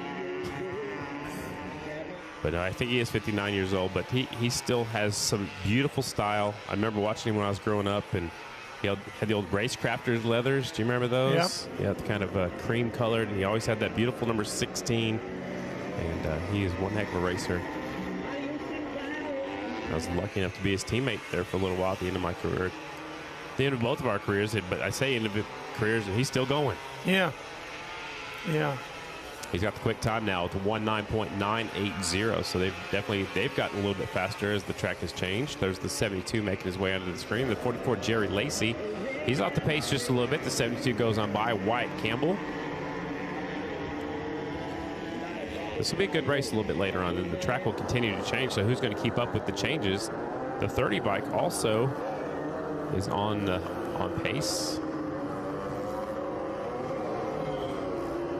20.620 for the 30 bike. His hand up. Yep. Checker flag is out.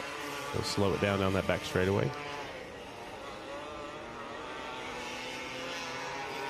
I think we should go out there and just check one out and have it running and just grab the handful of the throttle and pull the compression release just to feel it and hear it. I would do that in a heartbeat. It's so cool. I don't. You don't have to ride it, but I'd like to see you do that. I'd love to try just to see. Yeah. I did, right? I mean, yeah.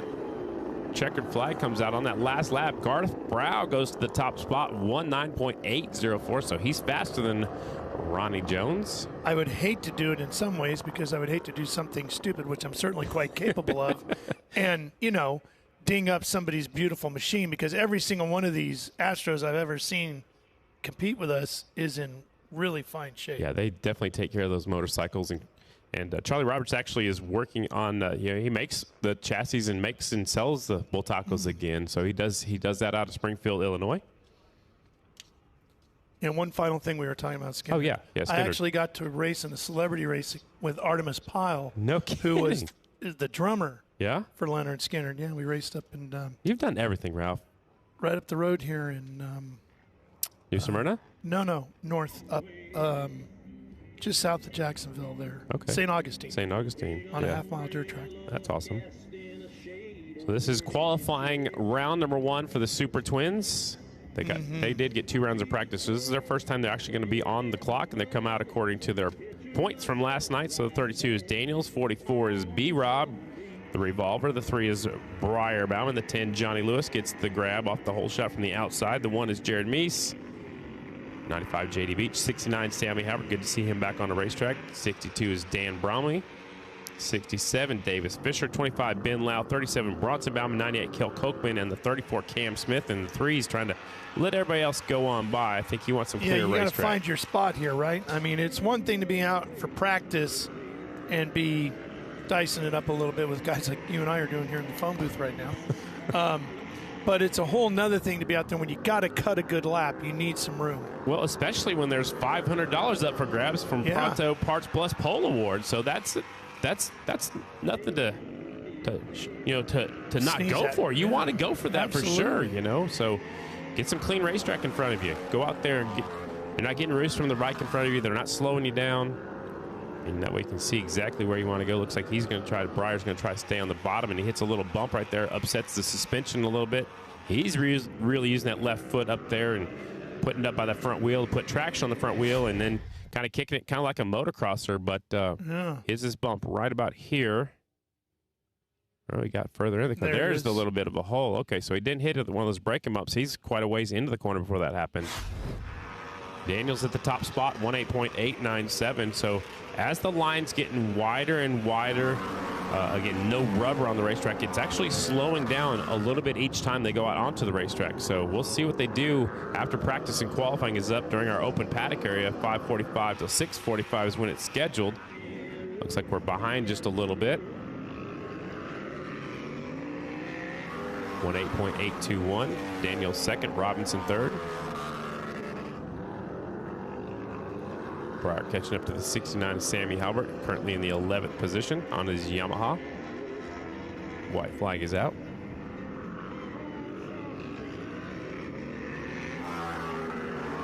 Two groups of the Super Twins.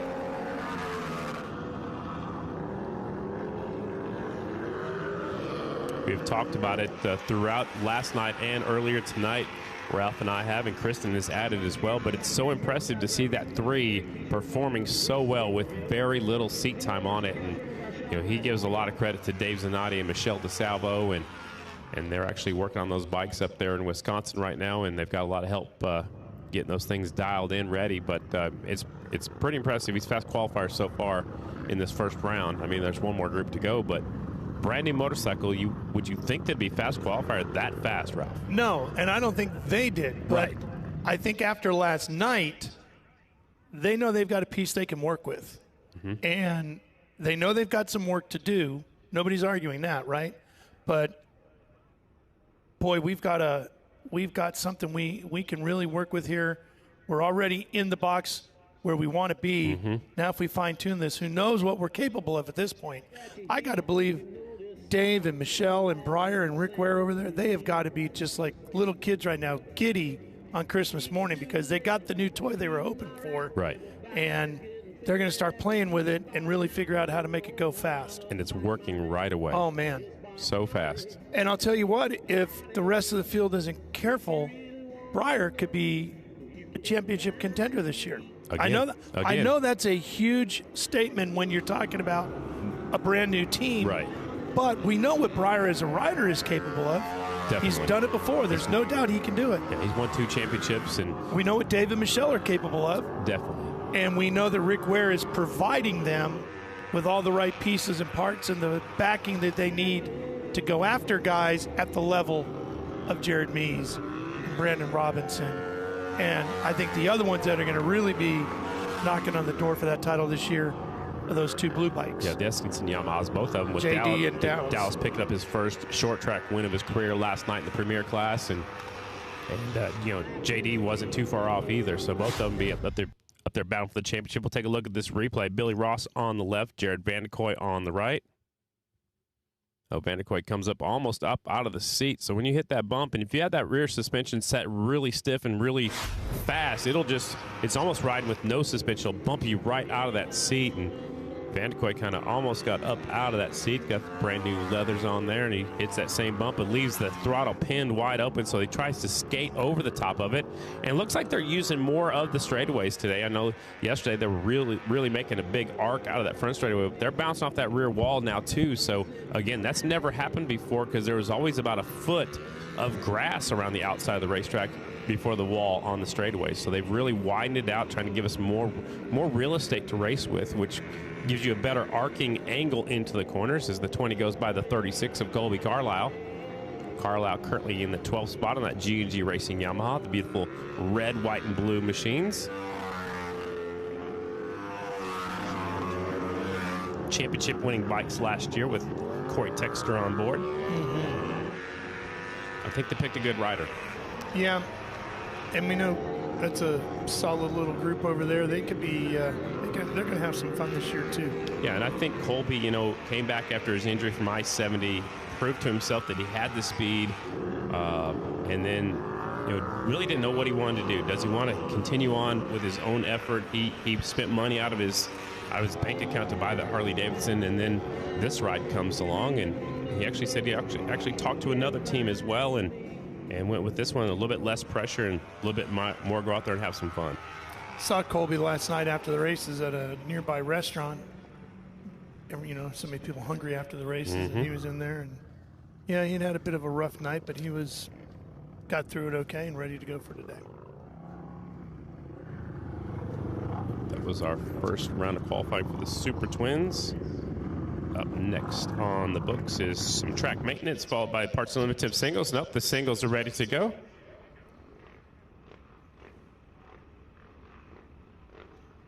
All right, so we will not take any more track maintenance breaks until we open up the pit area. So we'll try to get through these next few rounds of qualifying here. Round number 2 of qualifying for the singles, the Astros, and the Super Twins. And then we'll open up the paddock area for the open fan walk. So no more track prep until then. And then they'll start over working on that track. So 4 groups of singles, 2 groups of Bull Tacos, and 2 groups of Super Twins. And then we'll take a break in the action. Cody Kopp. Is anybody going to touch him tonight? He's really using that body English right there in turns 1 and 2.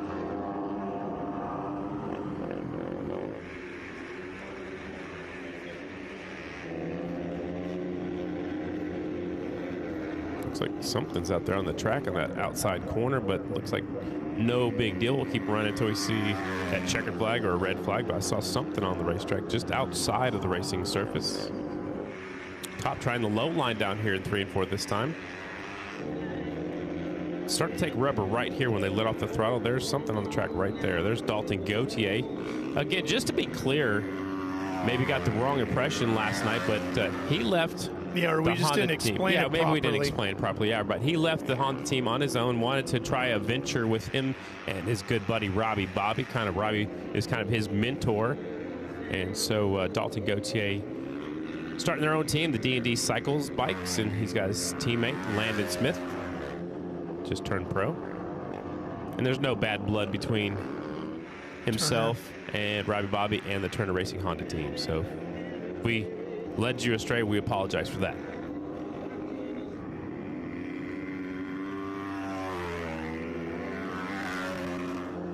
Some of these bikes are really hard on the rev limiter right off the corners, Ralph, and some of them want to pull it further on down before they get the rev limiter like a little bit past the halfway point. Look at the front wheel coming up, so they're fine. Is that just gearing, you think? Yeah, it's definitely not gearing. Not necessarily the size of the gearing, but maybe.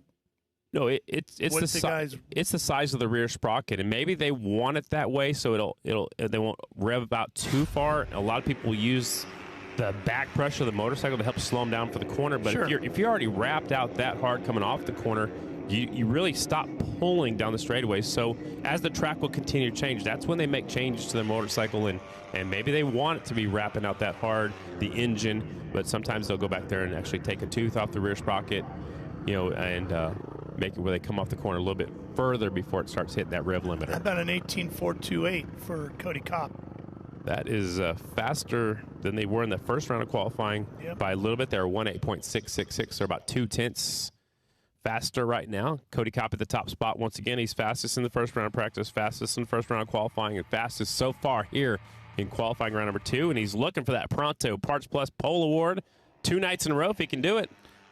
Heck, Cody had $3,000 in his pocket before he even got to the main, winning the Pole Award and then doubling back and taking the Al-Am Dallas Honda Challenge for $2,500 too. Justin Jones, 91. Again, he won here quite a while back. There's Bromley on the 62. 24, Hunter Bauer, the Canadian rider.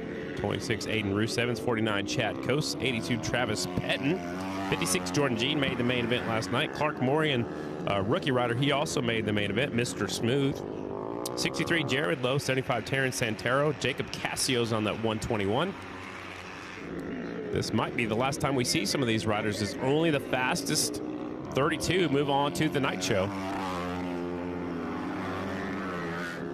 Here's a look at the leaderboard so far in the quick times. Hunter Bauer clocks in at 16th so far, just 1 lap complete here.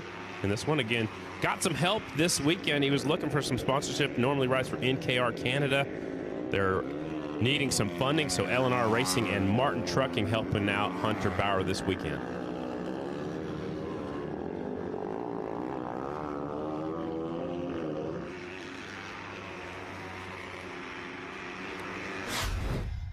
Take a look at the replay of Dan the Man, Dan Bromley, one of the tallest riders out there, and that back end is just really hitting those braking bumps right there. You see actually physically moving that right foot off that brake pedal. He gets really sideways again right in the middle of 3 and 4, and that left foot went back and kicked the rear end back there. He's got such long legs, and I was talking to some of the teams back there, the Royal Enfield team, to be specific about, the taller riders seem to do really good here at the Daytona Flat Track, and I think it's because they can move around the motorcycle a lot and use that leverage to really move that motorcycle around. We're taking a look at one of the replays. Oh, up in the seat there. Bromley bounces off of the progressive air fence down there in 3 and 4. See that looks like that is turns 1 and 2. So he's been all over the place. Bromley's riding that motorcycle, is getting his money's worth. He's currently back quite a ways. Then normally he's 21st so far for Dan Bromley. Checkered flag comes out from Big PR Flagman. So Bromley bounced off a few different things over there. There's one of the first impressions Husqvarna's 49 Chad Coast. You can see some of the big rocks coming out on that back straightaway because they're all the way up against the back wall, and that's fresh dirt. We've not been there before last night. It used to be grass, about a foot wide of grass down that back straightaway. So that's new dirt, probably isn't packing in as quickly as the rest of the racetrack. 2 more groups to go here in the AFT Singles class. Then we'll bring out the Bultacos up next, and then the last round of qualifying for the Super Twins, and then we'll have the open paddock area. We're a little bit behind right now. We're trying to play catch up just a little bit.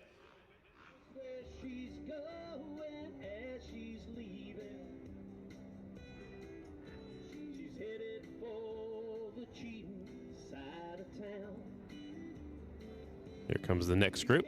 Shane Texter Bauman on the 52 will lead him out. Declan Bender's on that 216. 195 Clayton Williams. 106 Reese Podorf. 157 Ian Wolf. 57 Cole Zabala. 270 Jess Reynolds. Ashton Yates on the 122. Aiden Brown 112. Tyler Raggio 55. And Krjovic, the Czech Republic rider, is out there. He's on that 341 trying to make it into the program.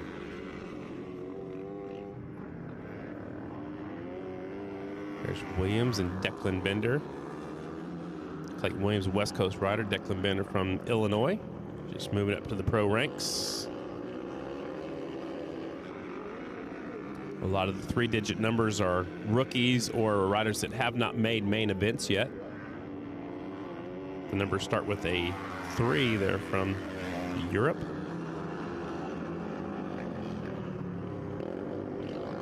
111, Gary Birtwhistle, he'll be in that next group. He's from England.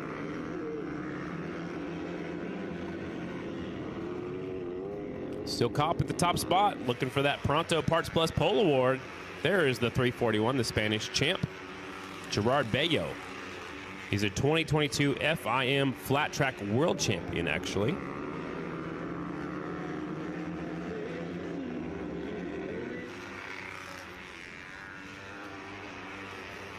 Track and the line is a lot wider than it was yesterday, Ralph. I'll tell you what, between the pole money and the challenge money, by the time we get to the end of the year, if Cody performs the way he did last night all the way through the season, he's going to be able to take you and I on a really nice vacation. Well, he better. So the 341 got really out of shape in that last corner, that Gerard Bello right there, and he backs off. And here's the 216 Declan Benders. We take a look at the replay. There's the 195 Clayton Williams. You can see the bikes are dancing all over the racetrack just a little bit. The back end gets sideways. Here's another look at the 341, what happened to him a couple of laps ago, right in front of Shayna Texter Bauman. And Shayna backs off right there because it happens a couple different times. The good thing is you can't just chop the throttle right there. It spits you off the high side. Right. So you have to try to ride it out. But Shayna Texter-Bauman, she backs off. She wants some clear real estate right in front of her because she needs to make it in. Right now she's 21st quick, so she's found a little bit of speed since the last time they were out as the checkered flag comes out in this group number 3.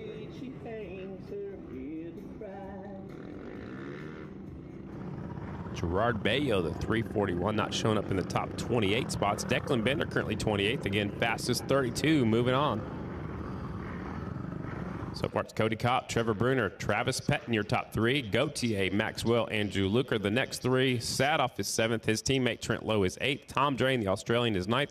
And Justin Jones rounds out your top 10. Here we go. Last group of qualifying for your Parts Unlimited AFT Singles, sponsored by Kicker. Landon Smith, the 117, will lead him out.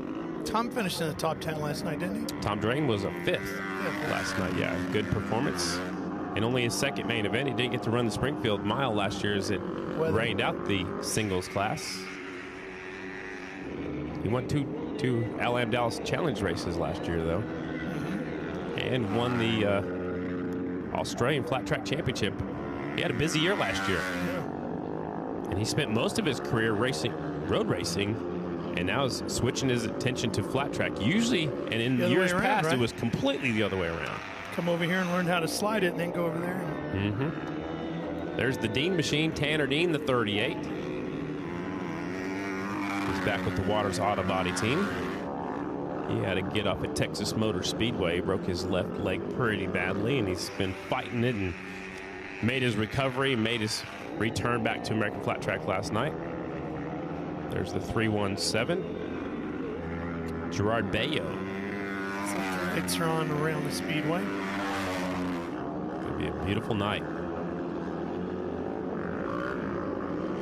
You see, they do have the pylons, the leaderboard down on that back straightaway. That is the qualifying top 3 spots right now. Kopp, Bruner, and Pettin in the top 3 positions.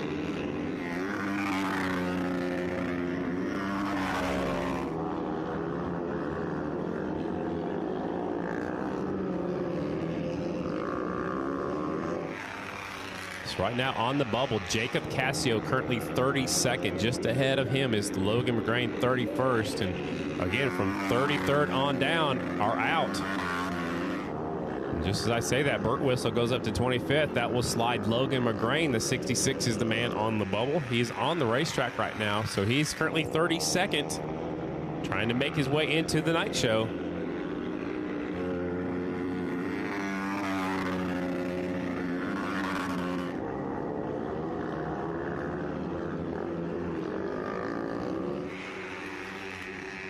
The Dean machine, Tanner Dean, he's up there in the 23rd spot as the checkered flag comes out. Again, the fastest 32 move on to tonight's show.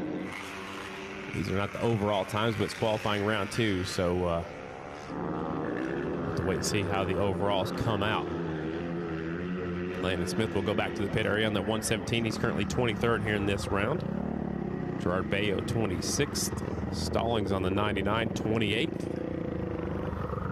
And that is it for your singles qualifying here tonight.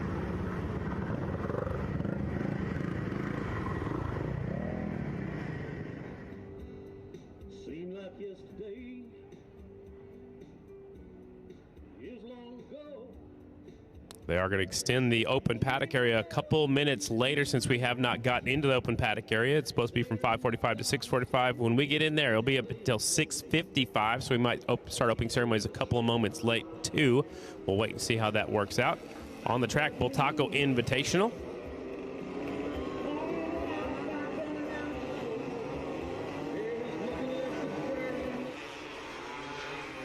There's Ronnie Jones. 69, finally making his appearance on the racetrack is Robbie Bobby. It's Rob McClendon. McClendon helping out on the D&D cycles. 79 of Dalton Gauthier and the 117 of Landon Smith, who just came off the racetrack.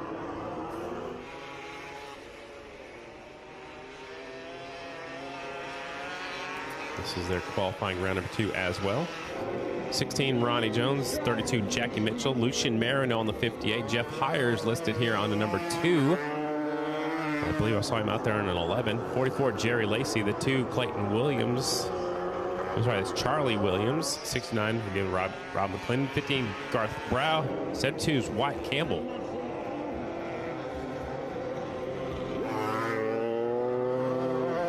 I hope Rob McClendon gets on the podium just so we can talk to Kristen on that victory circle. He's a handful. Yeah. He's got a yellow, white, and black bull taco, number 69. Garth Brow's running around the outside. He's got the quick time right now, 19.601. Almost exactly 1 second slower than the AFT Singles. These bikes were made in the 70s. Probably 60s and 70s. My grandpa was a bull taco dealer. Yeah, I think you told me that. Yeah. Ronnie's trying to take the shortcut down there in 3 and 4, kind of clip the inside of that dirt berm. White flag is out.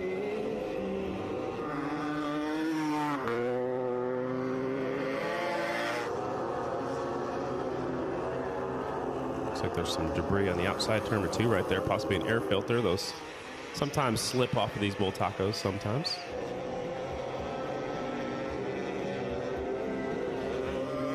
Right about here where Ronnie's getting ready to be, looks like there's something right on the racetrack. There it is. Maybe it's just a rock. Could be. Yep, probably so. You can see Ronnie picking his left foot up. He's trying to take the shortest way around, which makes sense when you don't have a lot of horsepower. Shorter way around, sometimes faster. Yeah. Garth Brow still quick time, 19.601. His last lap for Garth was a 20.428. So he was either fast or slow, depending on the traffic you get into. 0.07 of a second difference here. Ronnie Jones second. Dominic Bolak is third. I believe that's it for the Bull Tacos because all the riders went out there in one group that time to help speed up the program a little bit. Should mean just 2 groups with the Super Twins, and then we'll have the open paddock area. We'll get ready for opening ceremony, scheduled for 7. It'll be right around 7 o'clock. We'll get into the heat races here right after that.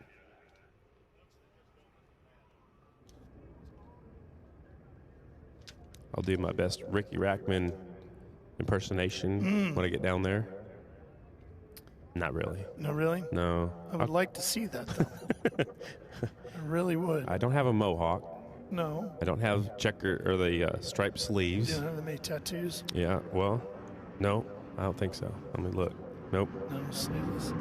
Last round of qualifying for your Mission Super Twins, sponsored by S&S Cycles. Right now, the time to beat is the 3. Breyer with a 18.821 is quick time. Who's going to win the $500 Pronto Parts Plus Pole Award? Could be that guy right there. Clay Milliken was here yesterday to hand out the check. I think he's coming back again today. Well, he's at Gainesville today. Oh, no. Well, who's going to do it? I don't know, unless he hustles back after qualifying over there today. And it looked like Kurt Busch was up the road enjoying some golf. Yeah, so TPC, right? Yeah. He didn't invite us. No. Daniels goes to the top spot, 18.755. That's faster than Breyer was in the first round. So whoever's fastest in this round will be your Pronto Parts Plus Pole Award winner. Robinson second, Breyer's third so far. Meese is fourth, and Davis Fisher up there fifth.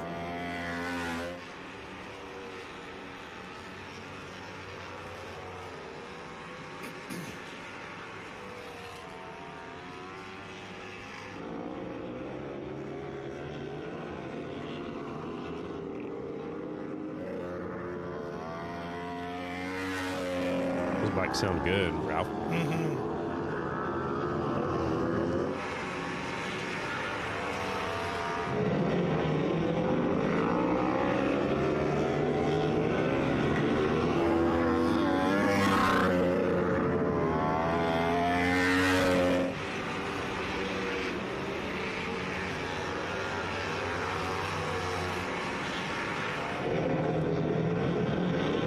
White flag is out for Daniel. So far, 18.755. That was one of his quicker laps and one of the first couple of laps out there. There's Breyer Bauman sitting fifth, 19.010. And the track has continued to change. Maybe they made some changes, but he was up there at a 1:8.821 earlier as the checkered flag comes out. Johnny Lewis jumps up to third on the 10 Royal Enfield. There he goes. 69 Sammy Howard across the line, back there in about the 10th spot. So the 32 at the top spot again. He was fastest in the first round of practice and finds some more speed here in this second round of qualifying. 1:8.755. One more group to go before we open up the paddock area for the fan walk. You can get there by going outside turn number 3 and make your way into the pit area here in just a moment. We're going to keep it open until 6:55, so we'll go a little bit later since we're getting into the pits a little bit later. Group 2 up next. 15, Mikey Rush. 36, Kobe Carlisle. 109, Billy Ross. 20, Jared Vandekoy. 77, Jordan Harris. 61, made the main event last night, Casey Cisco. 94, Ryan Wells. 47, Michael Hill. 90 by Brandon Newman. 22, it's the mower, Mitch Harvitt. Jeffrey Lowry is on the 223. And Jimmy McAllister, J-Mac, is on the 55, switching on over to a Husqvarna this year. Big Husqvarna twin. Have to check that out.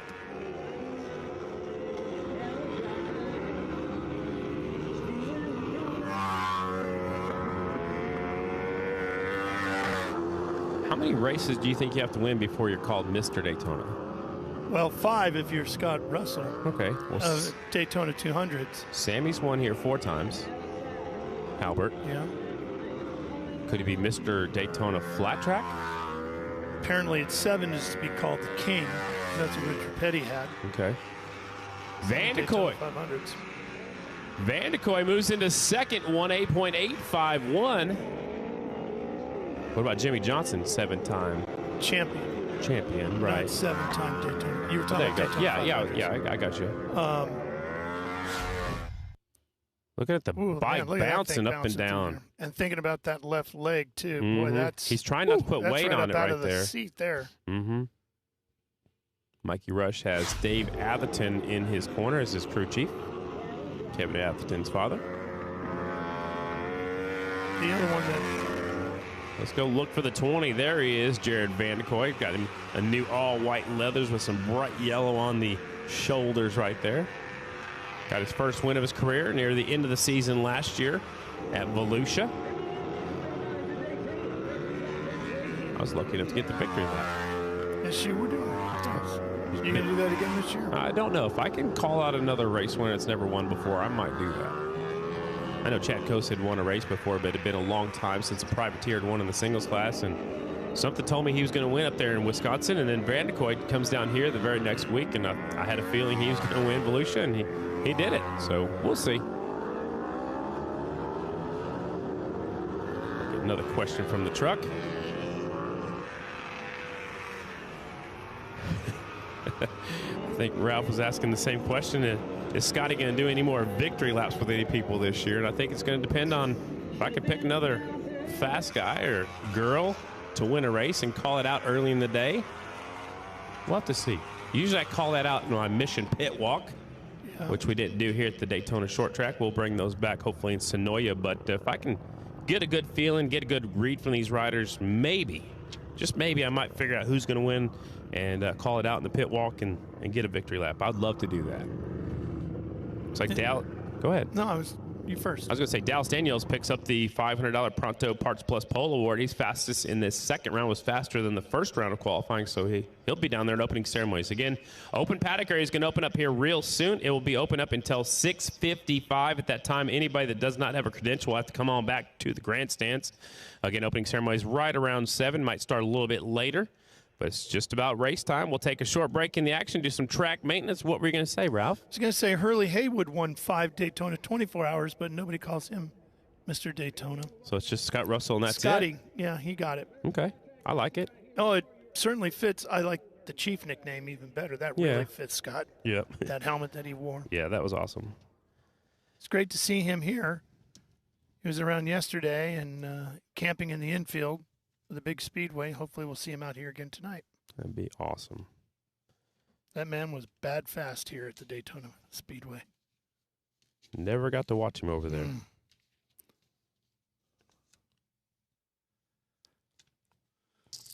Well, Scotty, the pit walk is open. Fans, make your way on over here. Come see the bikes up close. Come meet the riders. Talk to them about racing here at the Daytona Flat Track and comparing it to a mile or a half mile or a TT. It's a fantastic opportunity with American Flat Track to get in there, see the bikes, talk to the mechanics, talk to the riders, talk to the owners. They're all here. Maybe even see Scotty Dubler walking around, get his autograph. It's a wonderful opportunity. We hope to see you in the paddock area here real soon. And that will close at 6:55. So if you want to come on down, go around outside of Turn 2, right in front of the grandstands, make your way to the open paddock area, get some autographs, meet your favorite riders before they strap their helmets on and go to work and try to win the Daytona Flat Track here just outside Turn 1 and 2 at the World Center of Racing.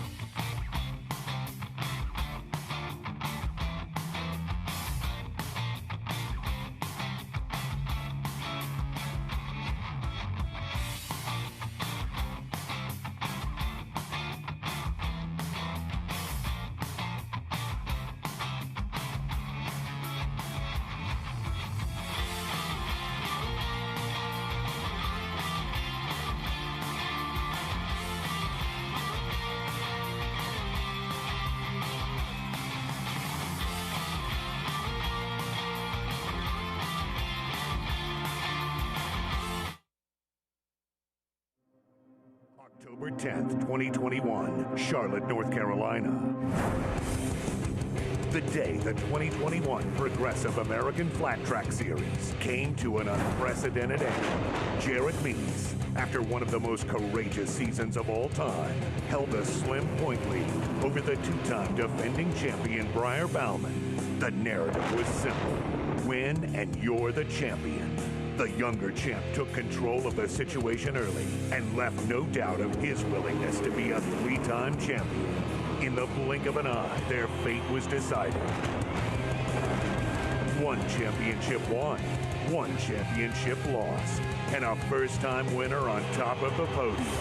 With last season now a distant memory, these dirt track gladiators are gearing up for a brand new season. The chase for the next Progressive American Flat Track Grand National Champion starts today.